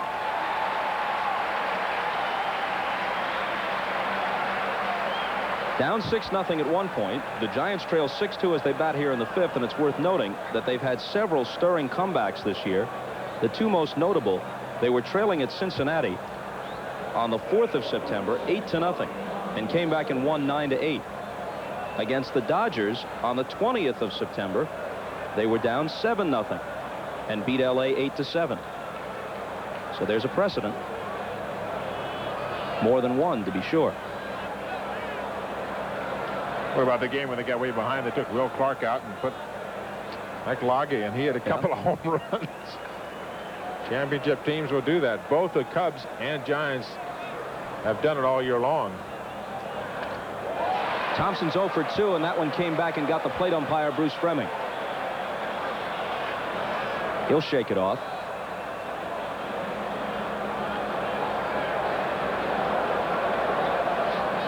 The thing about the split-fingered fastball will go down. A lot of hitters will swing over the top of it or hit the top half of the ball. Bruce Fremming, a tough cookie. Good umpire in the National League. He is a fine umpire. 1 on, 2 out, top of the 5th. Bilecki's 0-1 pitch. Misses. We mentioned the Giant comebacks. The Cubs have done it too. Earlier we were talking about the game against the Astros, where they trail, what, 10-0 here late in the season and came back to win.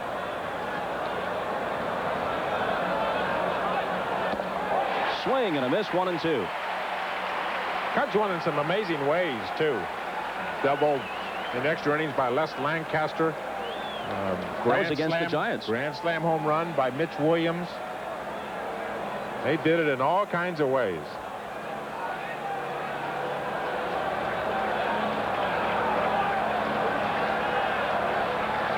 Girardi with the signs, and Bilecki can't find one he wants.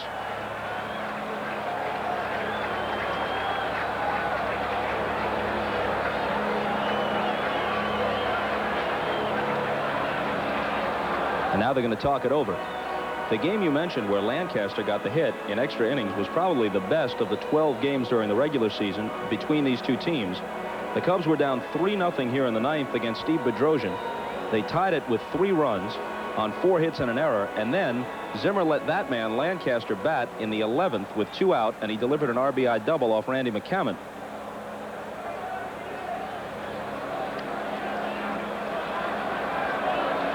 They split the 12 games head-to-head, 3-3 in each part. Cubs trying to get out of here with a split now in the LCS. Jammed him, and he fouls it off.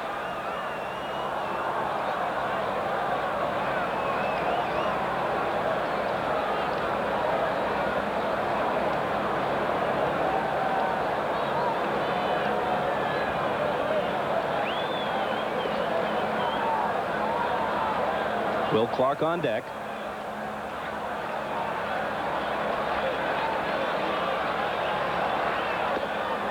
Two and two. The Giants struck out more than any other team in the National League, well over 1,000 times. 2, 3, 4 hitters in their lineup. Thompson, Clark, and Mitchell all each with over 100 strikeouts. Thompson with 133. That was Bilecki's 75th pitch. We're in the 5th. Kind of a slurve down and away. Thompson has to protect any ball, of course, that looked like it's going to be in the strike zone. You have to protect with 2 strikes. Full count to Robbie. He's 0 for 2 tonight. He's 1 for 7 in the series.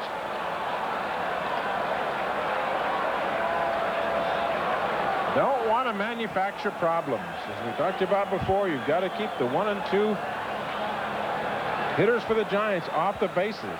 There's a major problem in the on-deck circle if he loses Thompson. 3 and 4 will kill you. They killed him last night.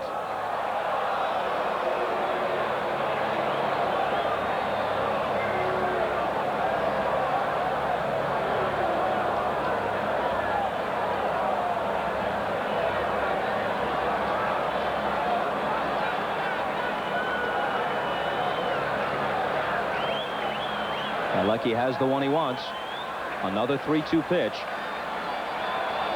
He walked him. Here's the grand slam as Zimmer walks to the mound. Zim let Maddox pitch to this man in the 4th inning with the bases loaded last night, after Clark already had 2 hits against Maddox, one of them a home run. And let's watch and listen to what happened on that occasion. He wants the ball right now.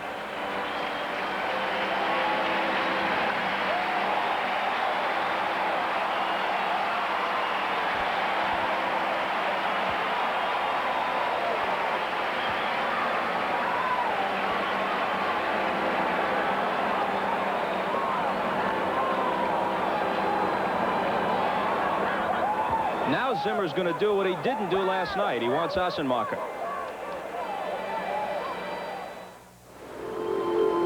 Ahead on the count, 1-2 by Bilecki, disgusted with himself as he eventually lost Robbie Thompson and lost a chance at the victory. He worked just 4 2/3. He can't qualify for the win. And Zimmer is not going to play with fire 2 nights in a row. Bilecki's out. Assenmacher's in. But here's something that might have entered into Zimmer's decision to stick with Maddox last night. Clark is 6 for 10 lifetime against Assenmacher, even though the pitcher has the lefty-lefty percentage seemingly in his favor.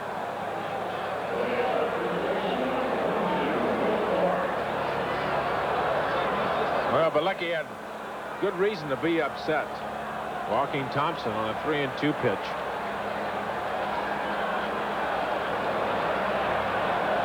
Especially with a 4-run lead. Here we go. First pitch. This will be the first time they've retired him. Grace does it alone.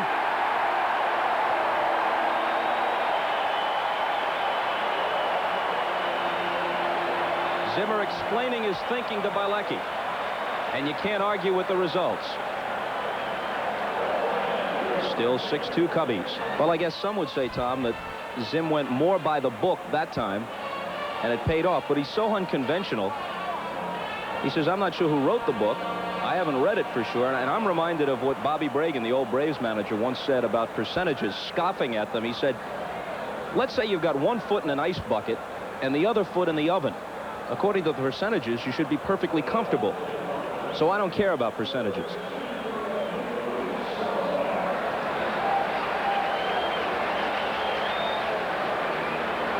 Kelly Downs still in there, as he has been since the first. Salazar faces him and takes the ball low. He'll be followed by Dunston and Girardi. Last half of the fifth. 6-2 Chicago. All 6 runs in the first.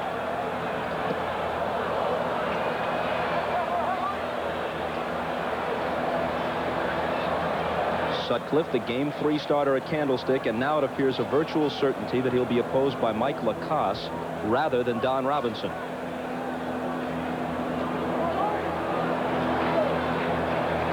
Two and one to Salazar, who had a huge first half last year with the Tigers, cooled off a bit after the All-Star break, traded to San Diego.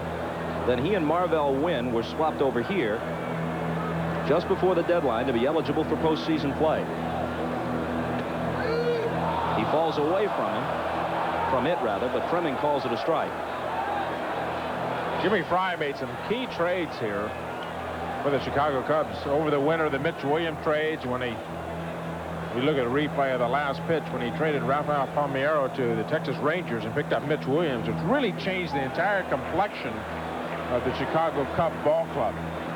He had such a horrendous bullpen in '88. They got a closer in Williams, and the ball club all of a sudden felt that they could win if they were ahead. Sheridan in right field.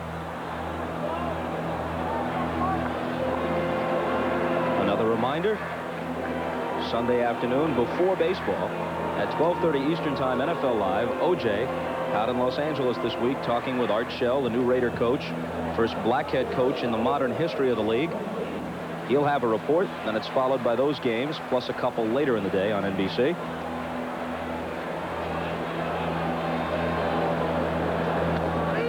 Dunston has a single, a walk, and a stolen base. Matt Williams in close at third. He backs up a step after the first strike. Line to right center field. Sheridan going back. Wynn pushing it out, and Sheridan backhands it just in front of the doorway.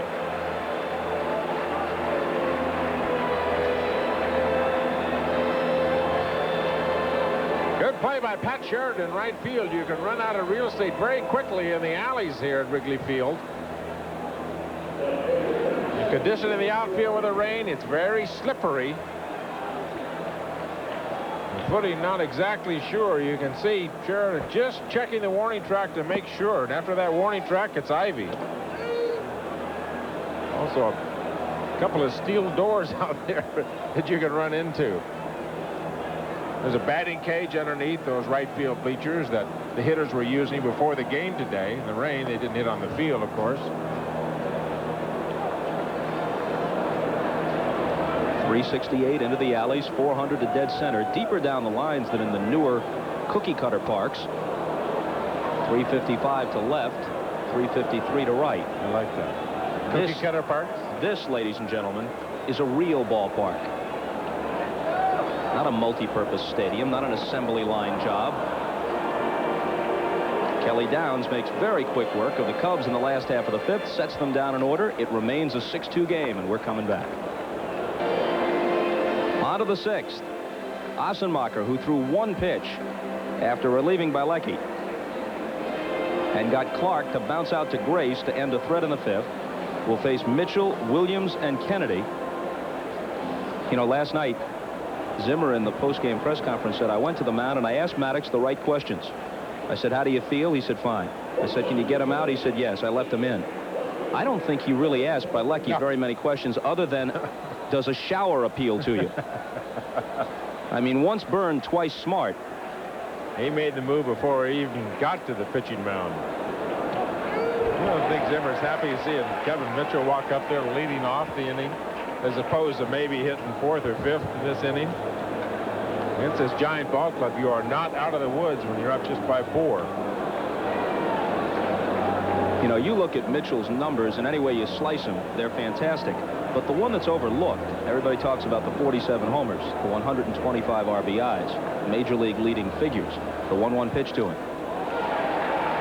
But he slugged .635. I mean, we're talking about in the range of the lifetime slugging percentage of Ted Williams. The second highest guy in the league was Howard Johnson of the Mets, who slugged .559, which is good enough to lead the league in most years.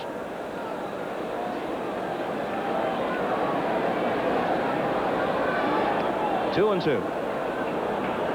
He wants to swing the bat against the left-hander. Amazing you think about the lack of success that Mitchell and Clark have had against the Cubs this year. And the playoffs are ripping it up.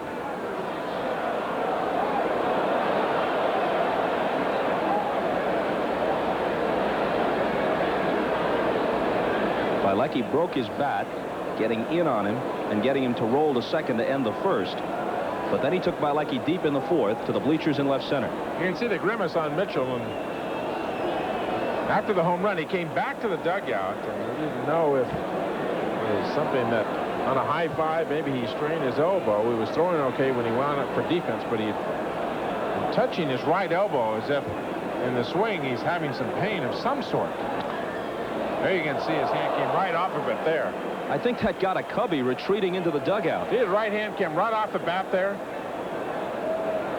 swung, got the bat to the ball, and just swung left-handed.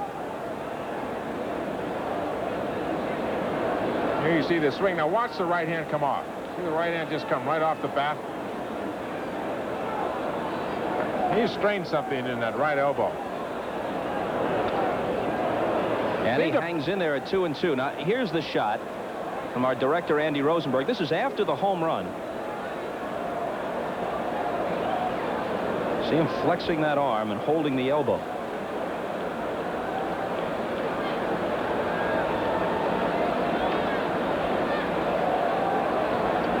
Another 2-2 pitch. It bounds off the catcher Girardi, and Mitchell stays alive.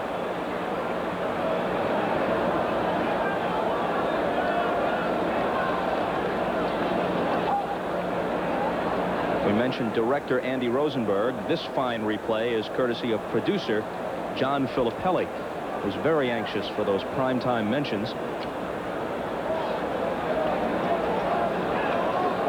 Another 2-2 pitch. Broken bat. Looks like it'll drop in front of the charging Walton, and there's the second hit of the night for Mitchell. Maybe they should be happy to hold him to a single. He had 19 home runs and 171 at-bats against left-handed pitching this year. That's 1 every 9 at-bats. That's a Ruthian clip. Actually, had a pretty good pitch. Looked like Ossenmacher got the ball in on him, broke his bat. Just don't want to allow Mitchell to extend the arms. Extremely strong. A good low ball hitter. When he extends down into the strike zone, he's a long way. Ball he hit out last night out of here off of Steve Wilson. Absolutely a rocket. I mean, if the wind had been blowing in, it wouldn't have made a difference. It had gone right through it. He hit a rocket out of here. Pitch down in the strike zone. Extend those arms, and he just absolutely crushed it. 1-1 to Williams, who hit just .202, but with 18 home runs. He started the year very slowly. They optioned him back out to Phoenix. He hit like a house on fire there, well over 300. They called him back, and believe it or not, since August 1st, he out-homered both Mitchell and Clark. He led the team with 16 homers and 44 RBIs in the last 2 months. And here's a bullet to left for a hit. Mitchell with a big turn holds at second. And the Giants have something shaking here in the 6th. 2 on, nobody out.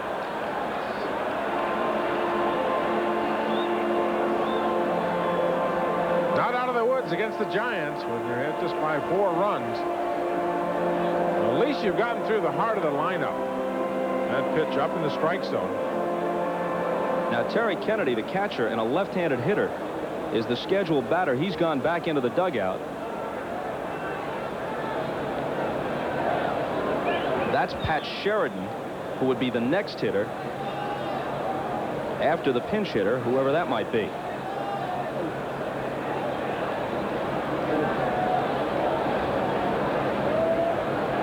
It's Bill Baith coming out. Kennedy had only 39 at-bats during the year against lefties and hit 154 with 6 base hits. And this will most likely force the hand of Don Zimmer. Yep, and here he comes. Not going to waste any time. As soon as Bath is announced, Zim's coming out. He's going to talk to Bruce Fleming and probably make a double switch. Pitcher scheduled to lead off for the Cubs in the bottom of the 6th inning. So he will flip him around.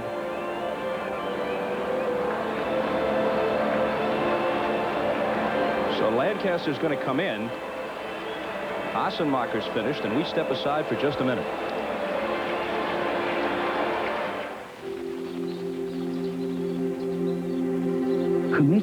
On Zimmer's double switch, Law's the new third baseman. Salazar's out. Law bats ninth. He'll be the leadoff man in the last half of the 6th. The new pitcher, Les Lancaster, hits in Salazar's vacated spot, and that would be the 6th slot. The Giants with back-to-back singles from Mitchell and Williams to open the 6th. What a key man Williams has been. Candy Maldonado had the big year in the division-winning season of '87, wasn't doing anything out of that number 5 slot, and there were a lot of opportunities for an RBI man in that slot, and now Williams has established himself, and in addition to Clark and Mitchell, they've got a dangerous right-handed bat in the 5th slot. Roger Craig, of course, is going to counter the right-hander and send up Ken Oberkfell. Both managers getting deeply involved here. Critical outs for the Cubs to get. The well-traveled veteran Oberkfell takes a strike. Lancaster did not allow the Giants a run in 8 2/3 against them this year. He had a victory and a save against San Francisco.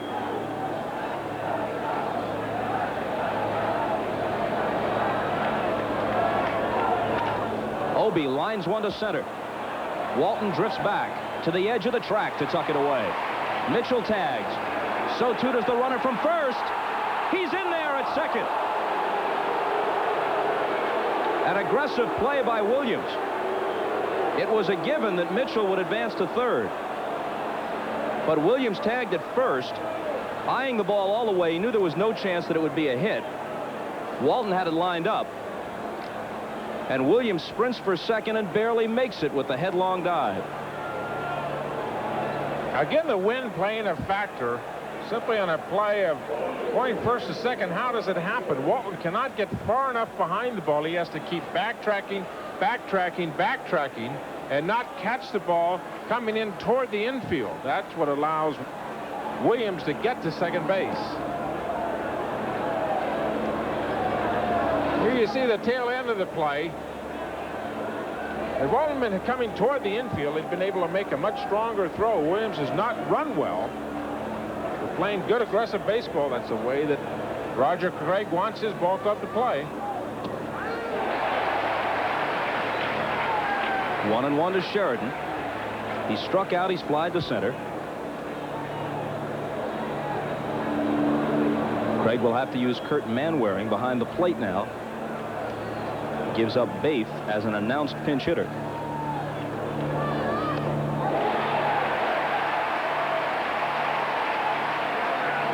One and two to Sheridan, who was 2 for 4 in game 1. You wonder how deep Roger Craig will go here. He's getting down to the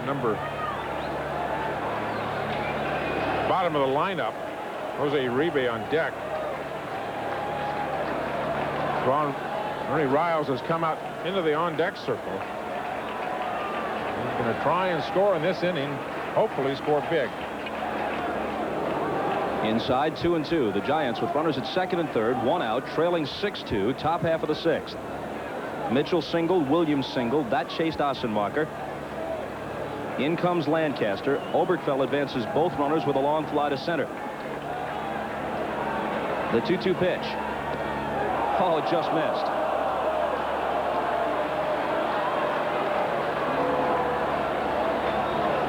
Usually about 4 or 5 outs in a ball game that you have to get to win. Cubs got one last inning when they got Will Clark to ground out to first. Pitch sinking out of the strike zone. Sheridan has a good eye. And he spoils that one. You saw the way Girardi caught the previous pitch. He tried to caress it upwards to impress Bruce Fleming that it might have been in the strike zone, might have been at the knees. These 2 outs very important for the Cubs. One, you got to recognize those extremely important outs to get and then go get them. That's how you win ball games. Struck him out with some high heat.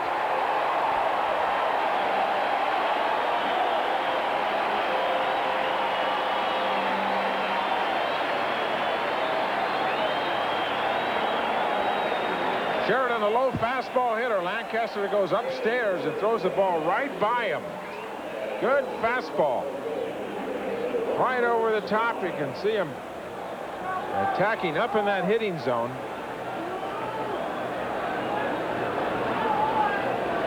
Big out for Les Lancaster. Riles now bats for Uribe and takes strike one.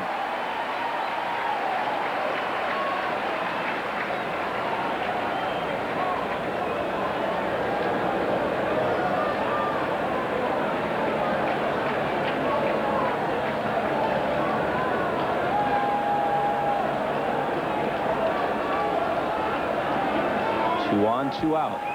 Still 6-2. Riles with a drive to center. Walton's got it. Lancaster extricates them from the jam. Downs stays in to work one more inning, due to be the leadoff man in the 7th. Manwaring is the new catcher. He'll hit 8th. Oberkfell stays in the game, plays 3rd, and remains in the 6th spot in the order. And Matt Williams moves from 3rd to shortstop.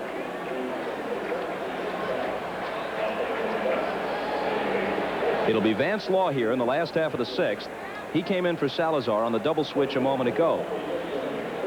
This is not meant as a criticism at all, Tom. It's just the nature of the game. If San Francisco had broken through in the last inning, people would have second-guessed Zimmer for not opening the inning with Lancaster against 2 dangerous right-handed batters, Mitchell and Williams. Instead, he left the left-hander Assenmacher in there. They each singled, and then the call went out for Lancaster, and in the end, the Giants didn't score anyway. But that's the kind of heat that Zimmer, Craig, and every other big league manager is used to taking.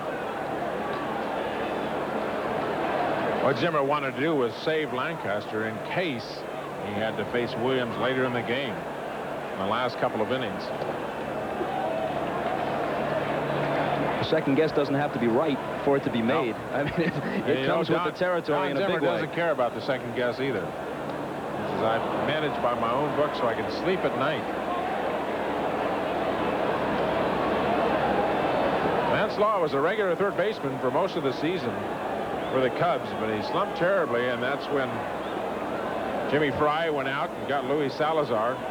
Salazar stepped right in, hit over 300 for the Cubs. Law is a strikeout victim. He had a big year, a career year in many respects in 1988, but as you say, Tom, Vance fell off this year. His father in the stands tonight, Vernon Law, the great right-hander for the Pittsburgh Pirates. 1960 Cy Young Award winner for the world champion Bucks. And the grandson of Vernon Law was there today, too. I know one thing, he's going to have a good arm. Vance Law has an outstanding throwing arm. Walton bids for his 3rd hit and has it.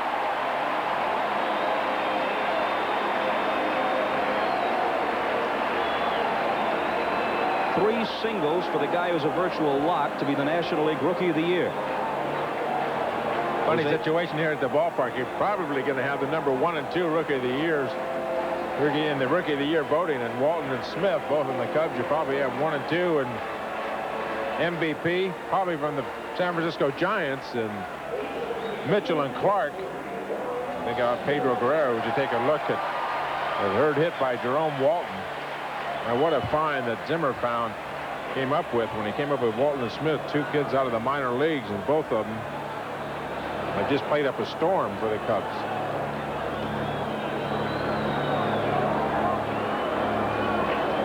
Years ago, it was almost off limits to run with a lead like this. That's no longer the case around baseball, and especially not with a manager like Zimmer. He'll run in any situation. Walton stole 24 during the regular year.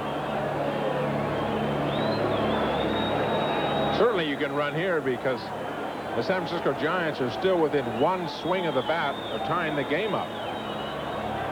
You get a game like last night, yes, you might stop running. A strike to Sandberg, who has 4 hits in the series, a single, a double, a triple, and a home run. The triple came tonight in the first inning. He's also walked and struck out in this game.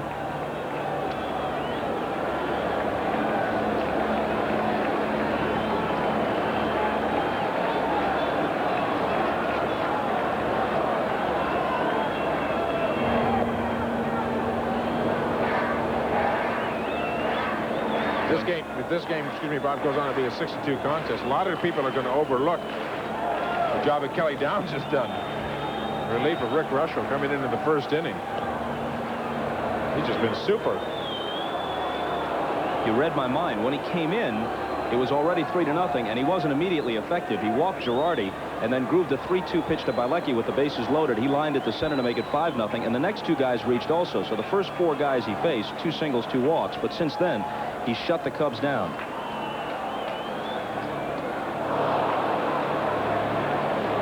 Oh, 0-2 to Sandberg.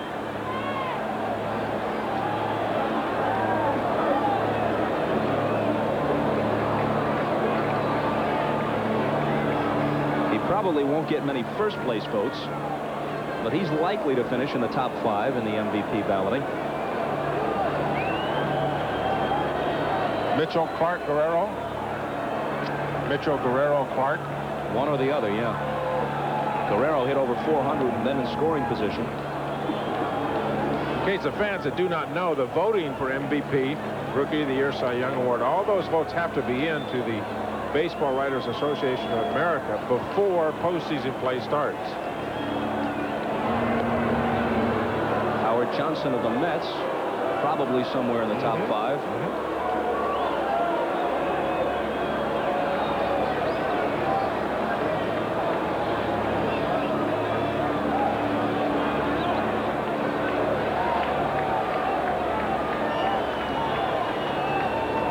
Walton not going. The 0-2 pitch taken down and away. There's going to be an interesting vote as Cy Young Award in the National League. You know who I'd vote for? Mark Davis. It's not often that you give it to a reliever, but he was impeccable. And Mike Scott had a great year, right? But not the dominating kind of year he's had in the past. At 86, for example. Blew too many saves. Exciting. What did he mean? Valuable. What did he mean to that ball club? But, you know, that's interesting, too, the definition of the awards. MVP value supposedly enters into it, even though it's nebulous as to how much you should weigh that in. Cy Young seems to be supposedly the best pitcher. Yeah, purely on performance. In the league. There you see Mitch Williams, the left-handed reliever for the Cubs. It'll be interesting. Saberhagen, of course, a mortal lock in the American League. It might be unanimous. But in the National League, there'll be some controversy. Looked like Joe McGrain of the Cardinals had a great shot, cruising toward a 20-win season. But he bogged down at 18.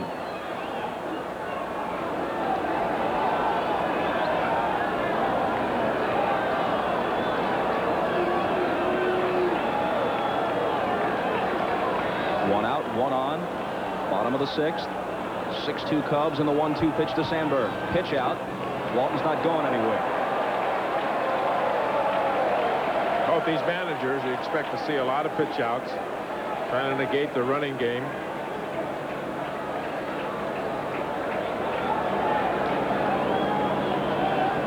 I heard you guys, you and Tony talking the other day about the hand on the pipe as a sign that Roger Craig used it in Detroit.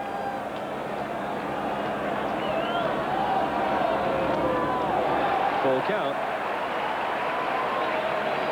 You buy that as a possibility, that something as simple as that could have been the tip-off, at least for part of the year, until the enemy got wise? Definitely can be for at least part of the year.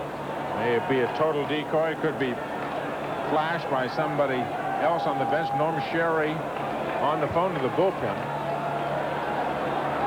And there will be action down there. The runner goes. It's ball 4.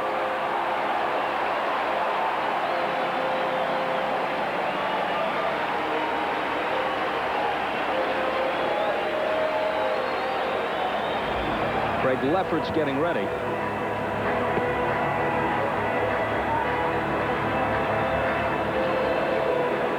That's the 5th walk that Downs has given up since coming into the game in the first.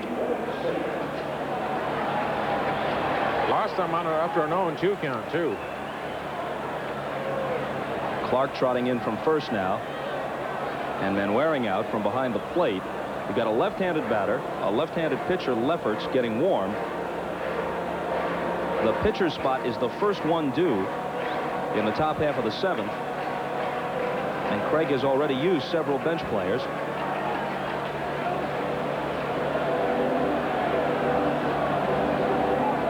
Now here he comes. Think about the roller coaster he has ridden in his career, and he is going to make a move here. In many cases, he's shared the same car on the roller coaster with Zimmer. They were each on the world champion '55 Brooklyn Dodgers. They were each with the laughable original Mets. They've each managed bad ball clubs. They've each been on the coaching staffs of division winners. Here comes Lefferts. Is he anxious to get here? Craig, hold on. We got to do a commercial. You're going to have some time. We'll be back. Double switch by Roger Craig. Donnell Nixon in to right field. He'll be the leadoff man in the next inning, occupying the 9th spot. And trying to keep his team within striking distance, he goes to Craig Lefferts out of the bullpen to face Dwight Smith, who swings and misses.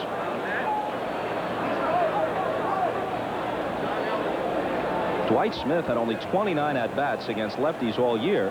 Hit around 250, 7 hits.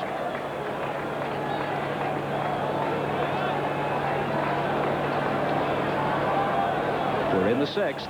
Cubs trying to add to a 6-2 lead. 1 out and 2 on. A ball and a strike.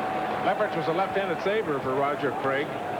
Out of the bullpen, 20 saves, most of them early in the season. He's had a sore shoulder the last half of the season. Took about a week off. Said his shoulder felt a lot better. He was up a little bit in the bullpen last night when the lead got real big. Roger sent him back down exactly for this situation. 2-1. Lefferts, of course, hits in Sheridan's spot, so the pitcher now occupies the 7th slot, with Nixon going in for Sheridan in right field.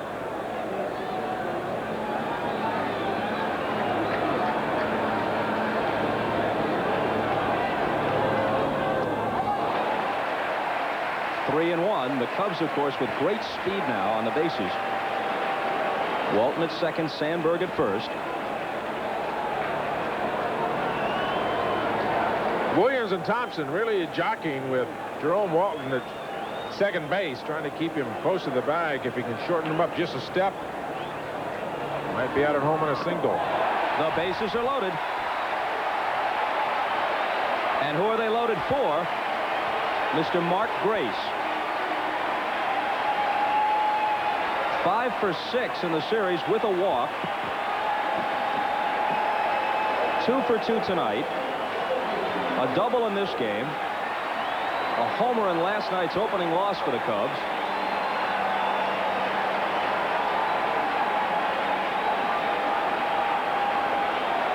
Now let's see what the infield does.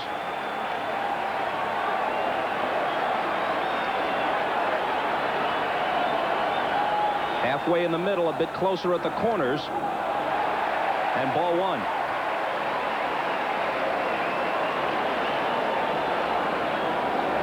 There you see the scouting report on Mark Grace. He will pull the ball at times against the left-hander. You got to look for him to go the other way. Brett Butler playing on the left field side of second base. The 1-0 pitch to the Cub cleanup hitter. Ripped down the right field line, in there. It'll clear the bases possibly. 2 runs are home. They're waving home the third man. It's 9-2 Chicago.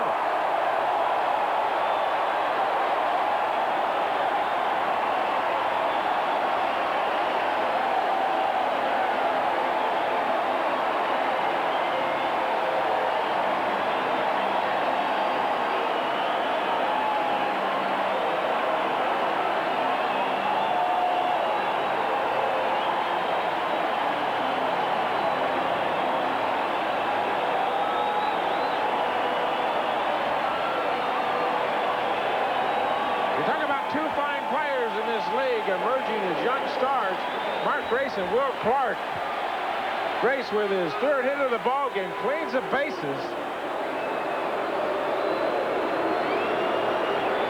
Boy, some kind of hitting. Will Clark broke the game open yesterday in the 4th inning, a grand slam home run. Here, a 3-run double. He's 6 for 7 in the series, half of his hits for extra bases, and he has 6 RBIs, 3 for 4 last night, 3 for 3 tonight. Even though Dawson has struck out all 3 times, they walk him intentionally now because the pitcher with all the maneuvers is the next hitter due. That's Lancaster.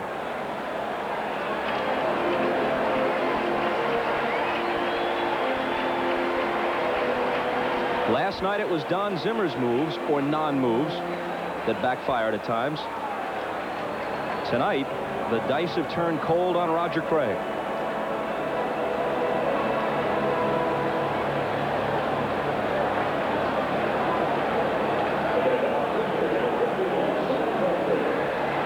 He went for Lefferts against the lefties, Smith and Grace. He lost Smith on the walk, and Grace burned him. Inside the Lancaster, whom the Giants remember well as a hitter.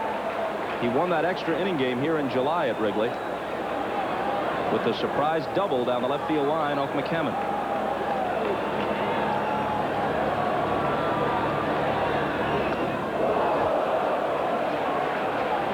Well, he saw his fellow relief pitcher Mitch Williams hit a grand slam home run a few weeks ago against the Mets for his first big league hit, and he took dead aim on Waveland Avenue here. All right, those pitchers don't like to go up for singles, do they? Extra base hits. Think extra base hits.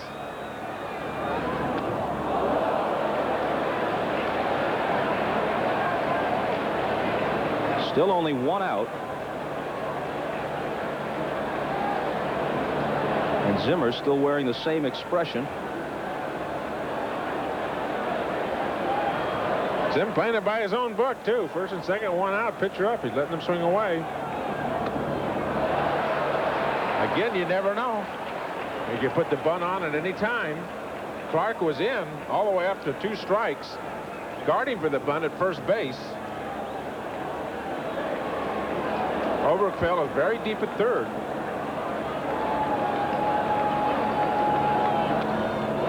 And he hangs in there, 2-2. No sign from Chuck Cartier at 3rd. Noticeable sign anyway. He looked down at his hitter and simply clapped his hands. Because the bunt could be strictly the way he's facing. You never know. He'll make Lefferts work again. 6 in the 1st, 3 here in the 6th for the Cubs. 2 giant runs in the 4th on Mitchell's 2nd homer of the series. 9-2 Cubs.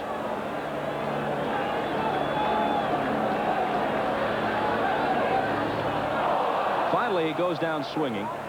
Van Waring didn't hold it, but then Lancaster realizes with first base occupied and less than 2 outs, he can't make a break for it.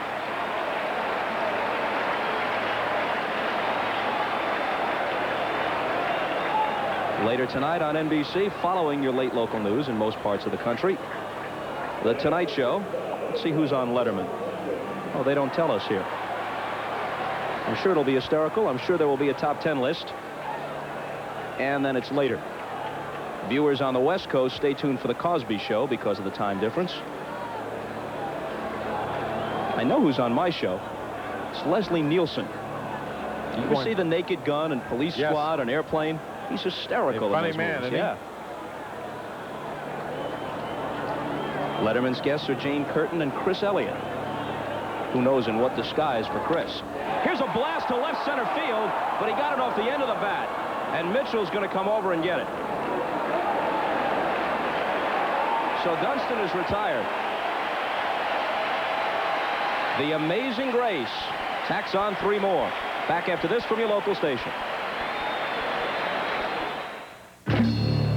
No way this guy's going. Trust me. 2 of the National League Championship Series is brought to you by Coors Light. Pure brewed in the Rockies, the Silver Bullet won't slow you down. It's the right beer now. And by your local authorized Porsche dealer.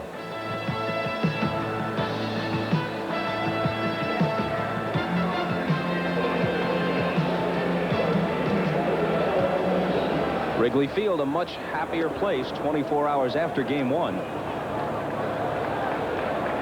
Cubs appear to be on their way toward evening the issue, leading 9-2. Donnell Nixon, the new right fielder, the first batter against Lancaster in the 7th. Smith started back, now comes in. 1 out.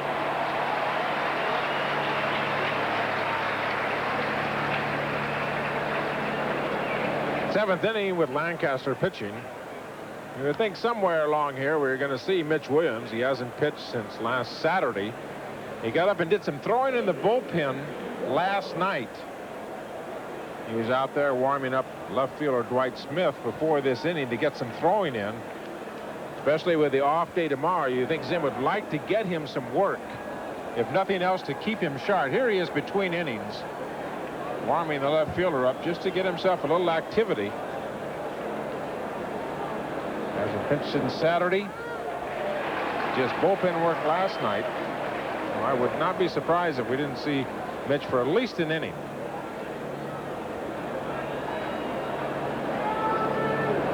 Butler, the hitter. 2-1 the count. He's walked, popped to second, fly to left.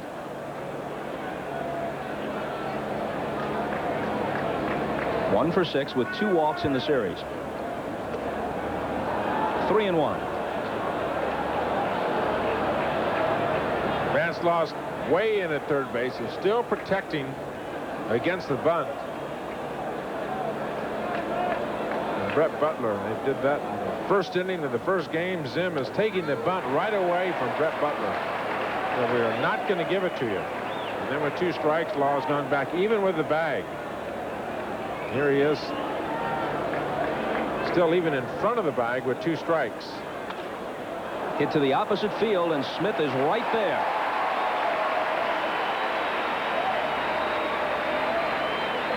Folks, on Saturday, NBC's boxing tour returns to Sports World when Tony the Tiger Lopez, the IBF junior lightweight champion, battles John Molina in a rematch of last year's very controversial fight. Last October, Lopez survived a surprising knockdown, recovered to take a close decision and retain the title.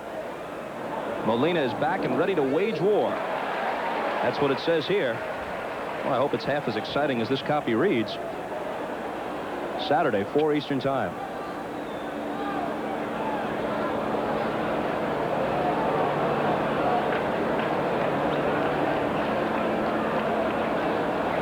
Thompson 0 for 2 with a walk.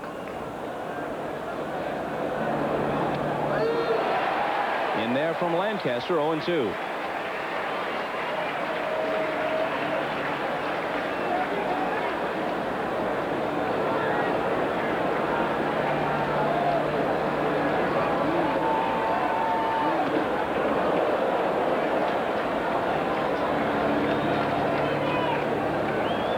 Will Clark on deck.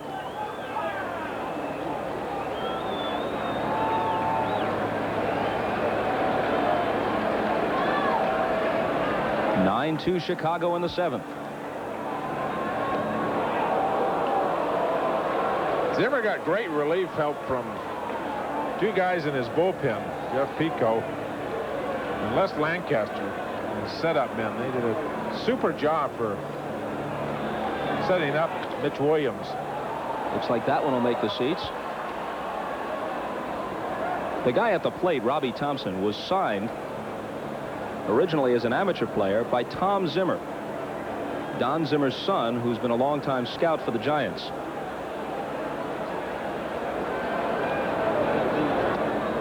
Full count. The endless intertwining of baseball fates. People's paths cross in the most unexpected places. We told you about Craig and Zimmer, the longtime friends, teammates with the Dodgers and the Mets. Bouncing ball toward the hole. Dunston has a great arm. He plants and throws. What a dandy.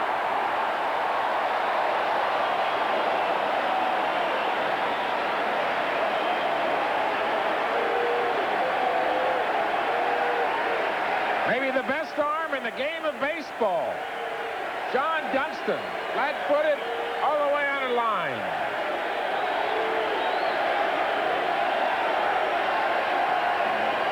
Jeff Brantley out of the bullpen. Joe Girardi up to the plate. Fouls it back for strike one.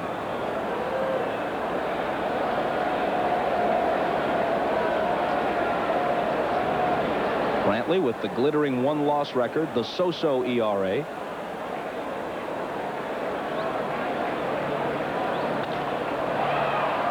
Right field, Donnell Nixon's first chance.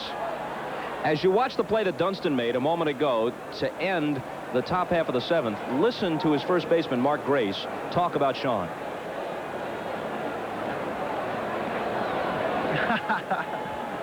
It feels like facing Nolan Ryan's best fastball, except at least I don't have to hit it. I can just try and catch it. Sean's got an unbelievable gift in that arm, and when it's a close play, he lets me have it every time. Can he get it across the diamond?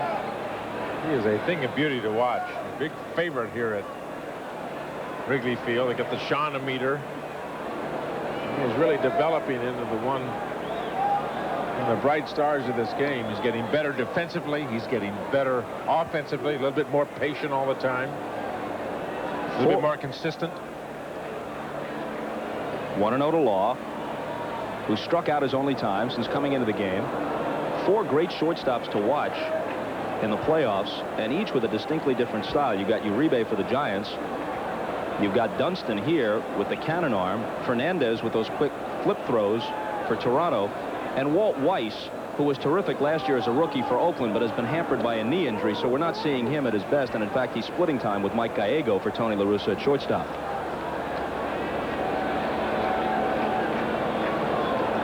But 4 of the game's best defensively.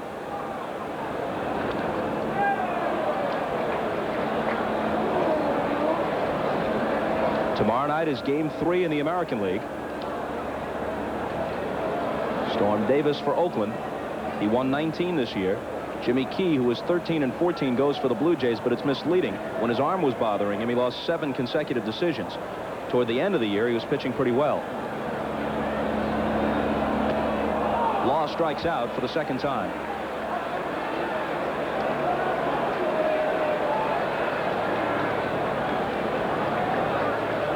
Mass has just struggled offensively all year long.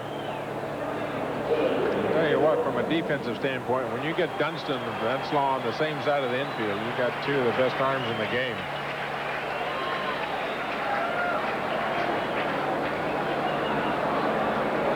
Walton has 3 hits, plus a terrific play in center. Talking about the American League, you know, when Don Zimmer managed the Padres in the early 70s, in 1972, just before the arrival of Dave Winfield, who was then a college player at Minnesota, who do you think his right fielder was? Cito Gaston. Now the manager of the Blue Jays. A possible World Series meeting, but each would have to rally. Cubs appear to have done that to even it at 1. Toronto's task much larger, but they do have the next 3 at the Sky Dome. And they will be roaring there tomorrow night, no question about it. Going against maybe the deepest, best pitching staff in baseball. The staff that La Russa and Dave Duncan have put together in Oakland. They manage it beautifully. Great starting pitching, good middle relief. Eckersley in the bullpen. Everybody has a defined role. And La Russa and Duncan work and manage that bullpen absolutely perfectly. Dr. Bobby Brown and the American League office have already decided that the dome will be closed tomorrow night for Game 3. He lays off a full count, and with the roof closed, the Jays are 10-0 at home this year. It'll probably be open for the early afternoon game on Saturday and then closed again for the late afternoon game on Sunday.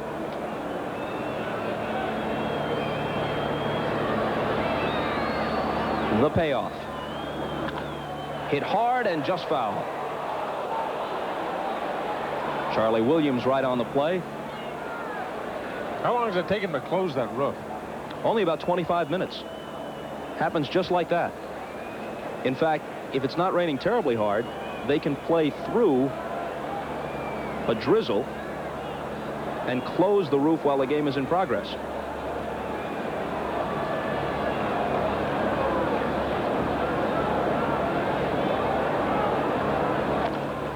Another foul. And you got to give the designers of the Sky Dome their due. It is an awesome facility, state-of-the-art. But this is Wrigley Field. This is a whole different deal you're looking at right here. A little bit more history here. A little bit more tradition.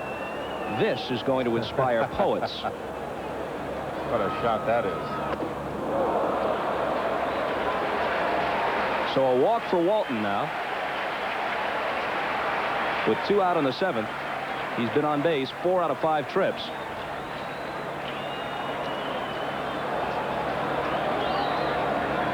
Ain't 2 pitch up and in. Apparently got some work in last night. Throwing very hard tonight.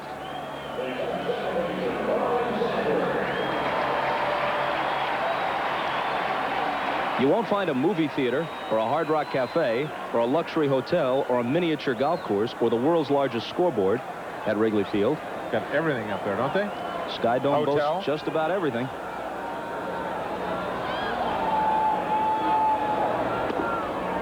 I understand they're giving away those luxury boxes too up there. Is that right? Yeah, if you've got about $2 million plus the cost of a ticket for every event during the year, not just the ball games, the tractor pulls and everything else, well, you've got a wonderful luxury box. Would you rather have that, or would you rather... This gets away. The ball was not tipped. Gets by Manwaring, and Walton goes down to second. Would you rather have that, or would you rather perch yourself on a rooftop on Waveland or Sheffield?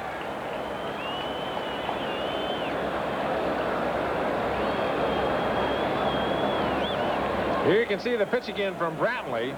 Fastball up and away. Sandberg loves to swing at fastballs. Inside, outside, high, low. Makes no difference. He's a dead fastball hitter. Sandberg's tripled, walked twice, struck out.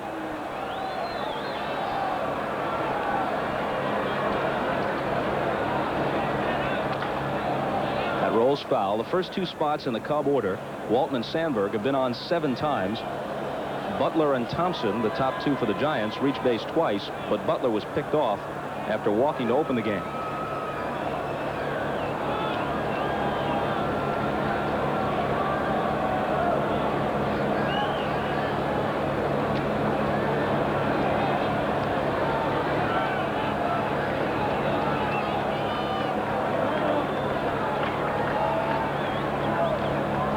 The 1-2 pitch. Bouncing ball to third. Here's Oberkfell. Throws him out on the high hopper. No runs, no hits, a walk. A man is left. 7 complete at Wrigley. 9-2 Chicago.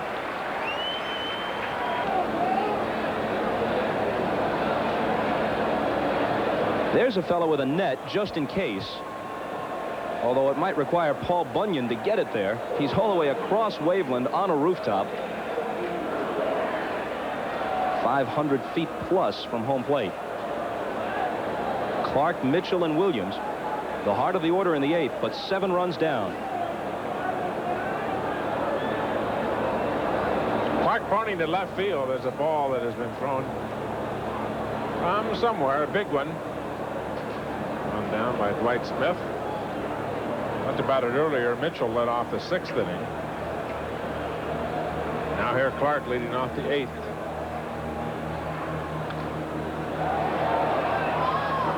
When he gets himself into one of those grooves, you might say the same thing of him that Jim Fry, the Cub GM, once said of George Brett when he was managing him during that 390 season in Kansas City. He could hit buckshot with barbed wire. Back to Lancaster. For the second time in a row, they retire Clark. So heading toward a victory on the scoreboard, and maybe a moral victory in holding Clark, relatively speaking, in check tonight. He's had a walk and a single. The off-speed pitch, Clark out in front of it. He was right on the fastball. First pitch from Lancaster. This is the off-speed pitch. It was down and away from Clark. One of the things you have to do against a hitter who has tremendous bat speed, the way Clark does, the way Mitchell does, is try to slow the bat down. Talked about Will Clark, that when the bat head gets into the hitting zone, he has tremendous acceleration, tremendous bat speed. What you try to do is slow the bat down if you can, throwing off-speed pitches. Make the hitter slow the bat down. Dawson sprinting over, but Andre can't get there. It's another hit for Mitchell. He's got a homer and 2 singles tonight. He has 5 hits in 9 at-bats in the series. 2 of them home runs.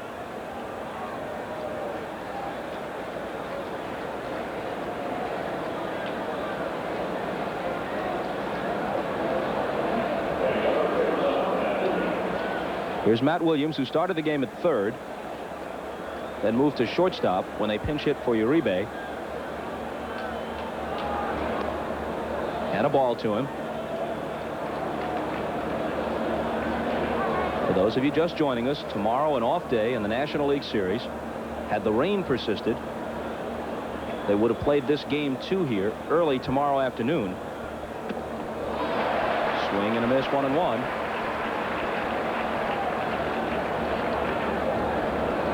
But it stopped raining about an hour before game time, and actually has been a relatively pleasant night. A beautiful night in Chicago.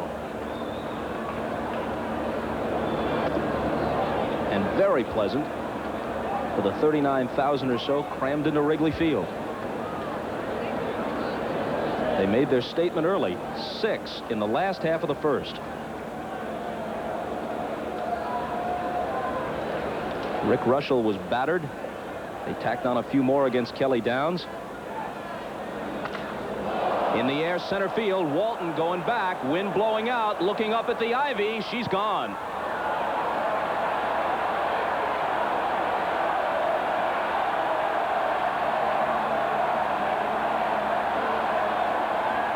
Throw it back, they're chanting.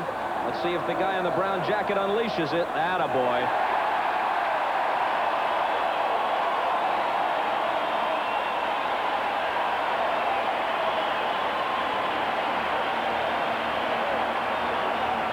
It's painful to give up the souvenir, but he did what any right-thinking Chicagoan would do.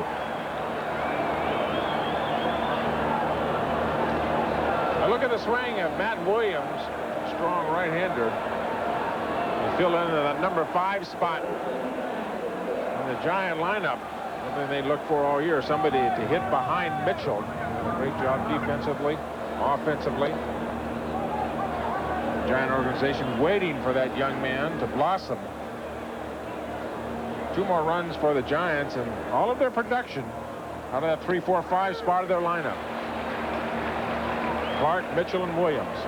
They have 15 runs in the series, all 15 RBIs belonging to the 3 guys you mentioned. Oberkfell punches it foul. A pair of 2-run homers tonight. Mitchell in the 4th, Williams here in the 8th.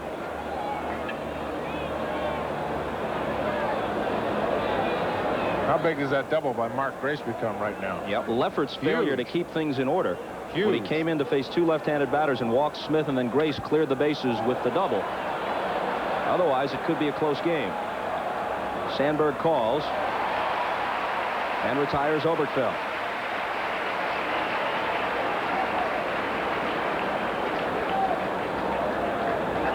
The pitcher's slot is due. That's Mark Grace, who in total now has more than matched Will Clark.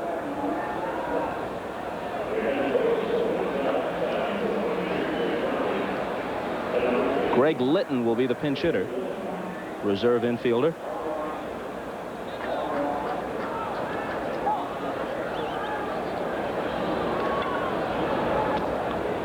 Of course, when you speculate about what might have happened had something else not occurred earlier in a baseball game, it's always chancy because the pitching patterns would have been different.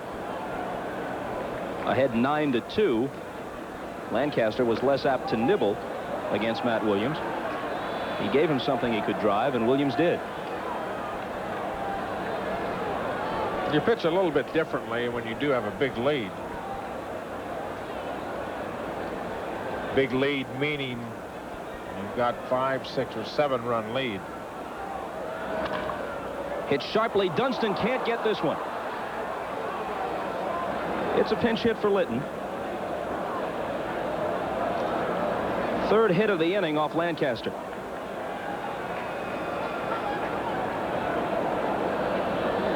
Here you see the quickness of Dunston, who almost gets to the ball. And rest assured, if he'd gotten his hands on it, he'd been able to throw somebody out at first base. 2 fine shortstops in the city of Chicago. Ozzie Guillen over with the Chicago White Sox, and John Dunston here, both of them about the same age,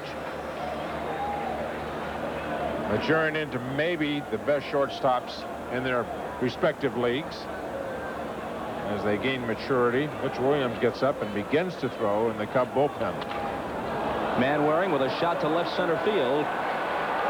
Dwight Smith has it. 2 runs on 3 hits. The big one, the Matt Williams home run. But the Cubs still have a comfortable lead.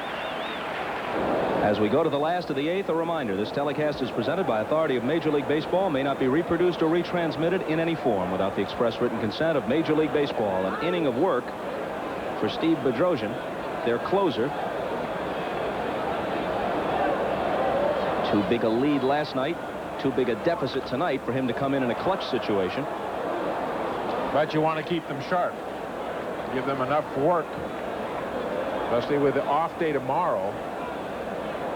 1 inning of work.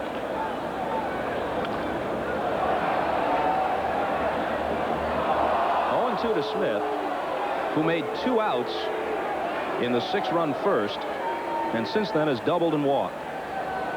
Don't know if we're going to see Mitch Williams in the bottom of the inning. Looks like Scotty Sanderson throwing him in the Cub bullpen.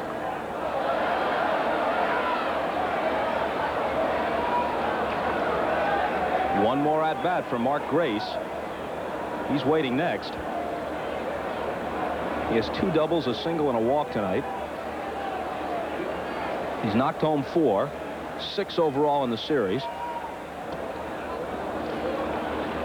He's worked extremely hard on his defense. One of the things he was very embarrassed about, talking about Mark Grace, is that his defense last year was so poor. He and Joe Altobelli worked extremely hard on his glove work. That's the 2nd time they've knocked Smith down tonight. If it was intentional, Smith's move either is right time you'd have to say to yourself, why would Smith be the target? Smith, you can see his first move, he goes out over the plate. Trying to go out over the plate, the only way he's going to get out of the way of the ball is to hit the deck.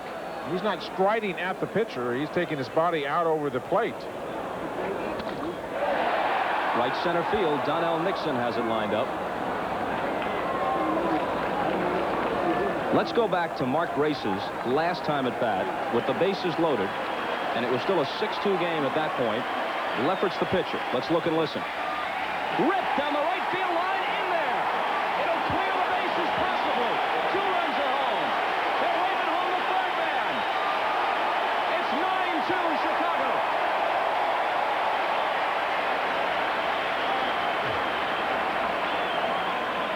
Back live, Bedrosian works to him. Grace was a sweet swinger from the start, hit over 300 as a rookie, but he's kicked his power game up a notch this year. He hit only 7 homers last year, and none of them at Wrigley Field. This year he had 13 home runs, and 8 of them were in this ballpark. Plus his gap power has increased. In this series he has a homer and 2 doubles.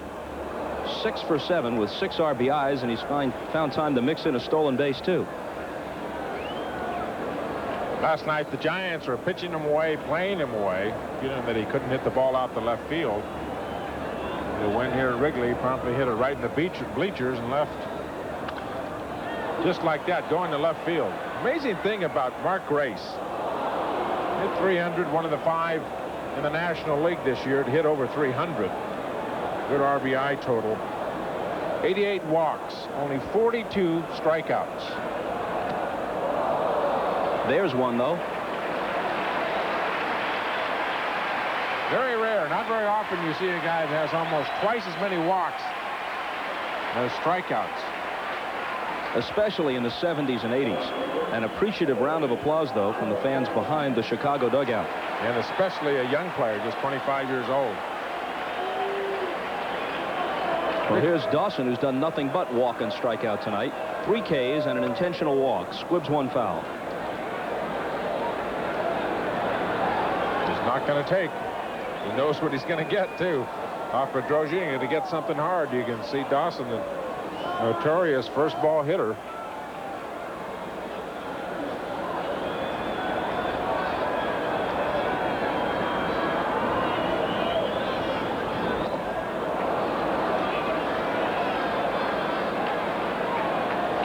Oh, 0-2 to Andre.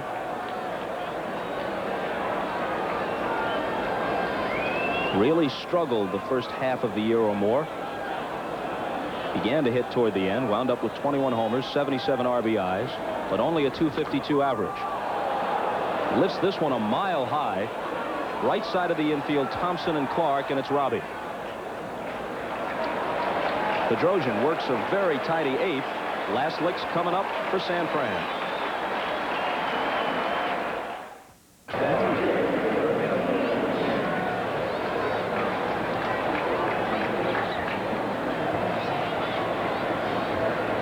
The announced attendance at Wrigley Field identical to last night, 39,195.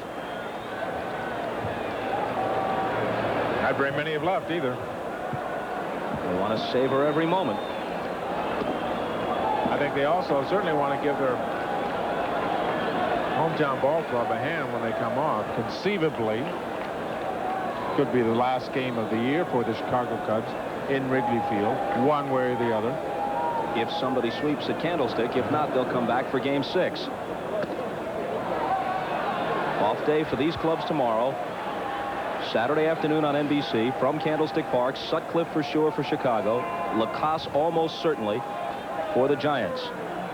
Lots of throat spray, plenty of hot tea and lemon, and Vin Scully should be ready to go for Game 3. I'll be back with Tony Kubek from the Sky Dome tomorrow night.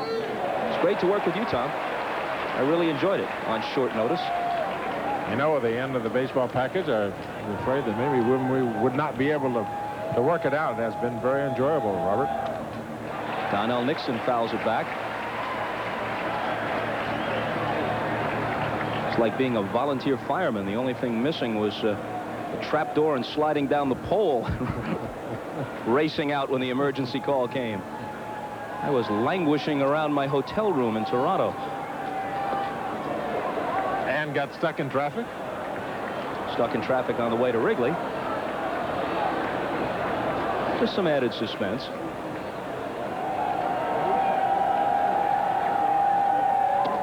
Called strike 3. Nixon thought he had the walk. Fleming says no. Make a right turn and sit down.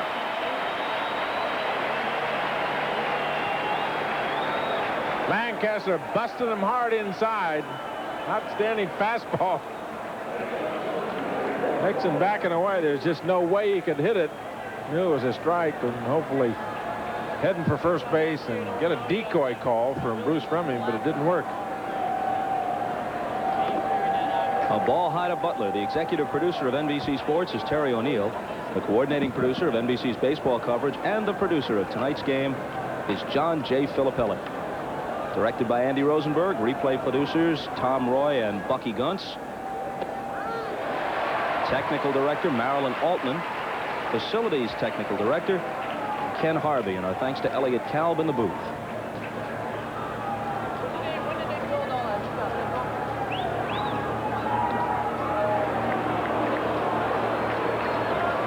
Two and 1 to Butler. with Law practically inside his shirt, creeping in from third. Tried to slap it by him. Fouls it off 2-2.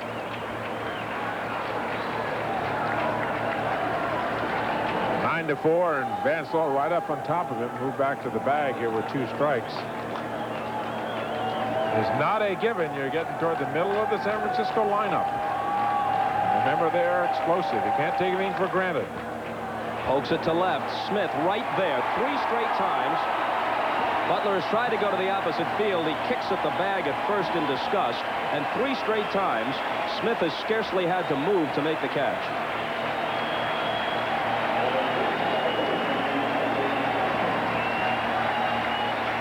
$39,195, and they're all up.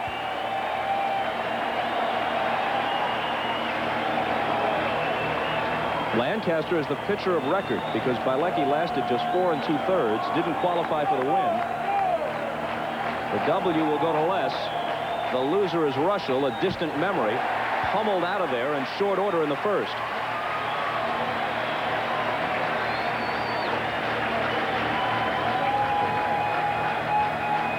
The 1-1 pitch.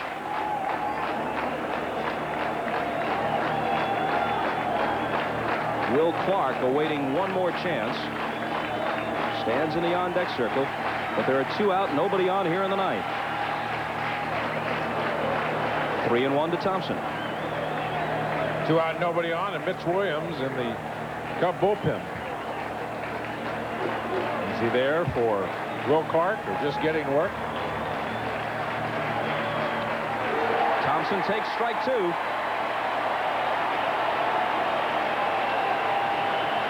Robbie's 0 for 3 with a walk.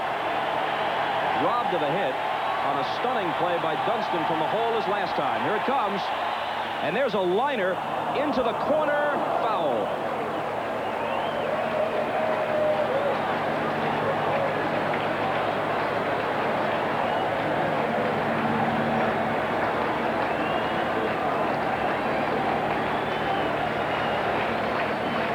You see the ball hooking just foul at the very last minute. Actually right around Mitch Williams. Matt Williams, or excuse me, Thompson with the right hand rolling over, just hooked it into foul territory. Couldn't keep it fair.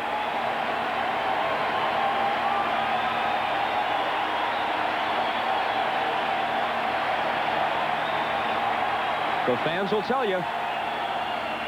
Thompson makes a bid for a home run.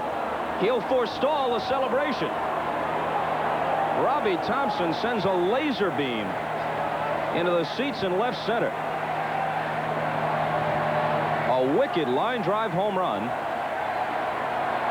The 3rd homer of the game for San Francisco.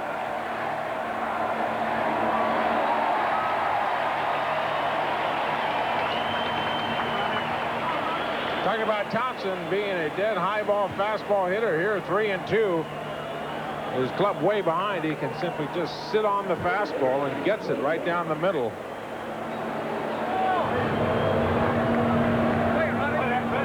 Mitch Williams kicking to the dirt down in the bullpen for the Chicago Cubs. He wants to come in this game. He wants to come in and face Will Clark. Zim's not going to do it. The ball just came back.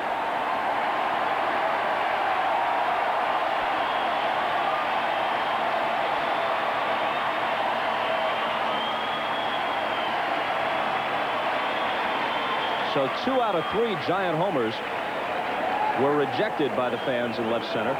The first one, hit by Mitchell, was kept.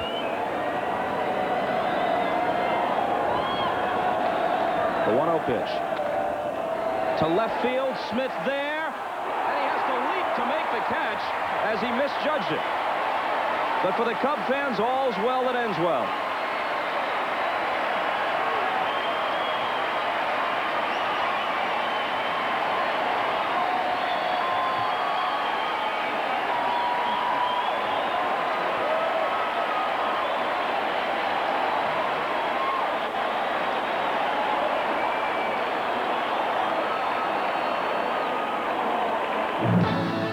Game 2 of the National League Championship Series is brought to you by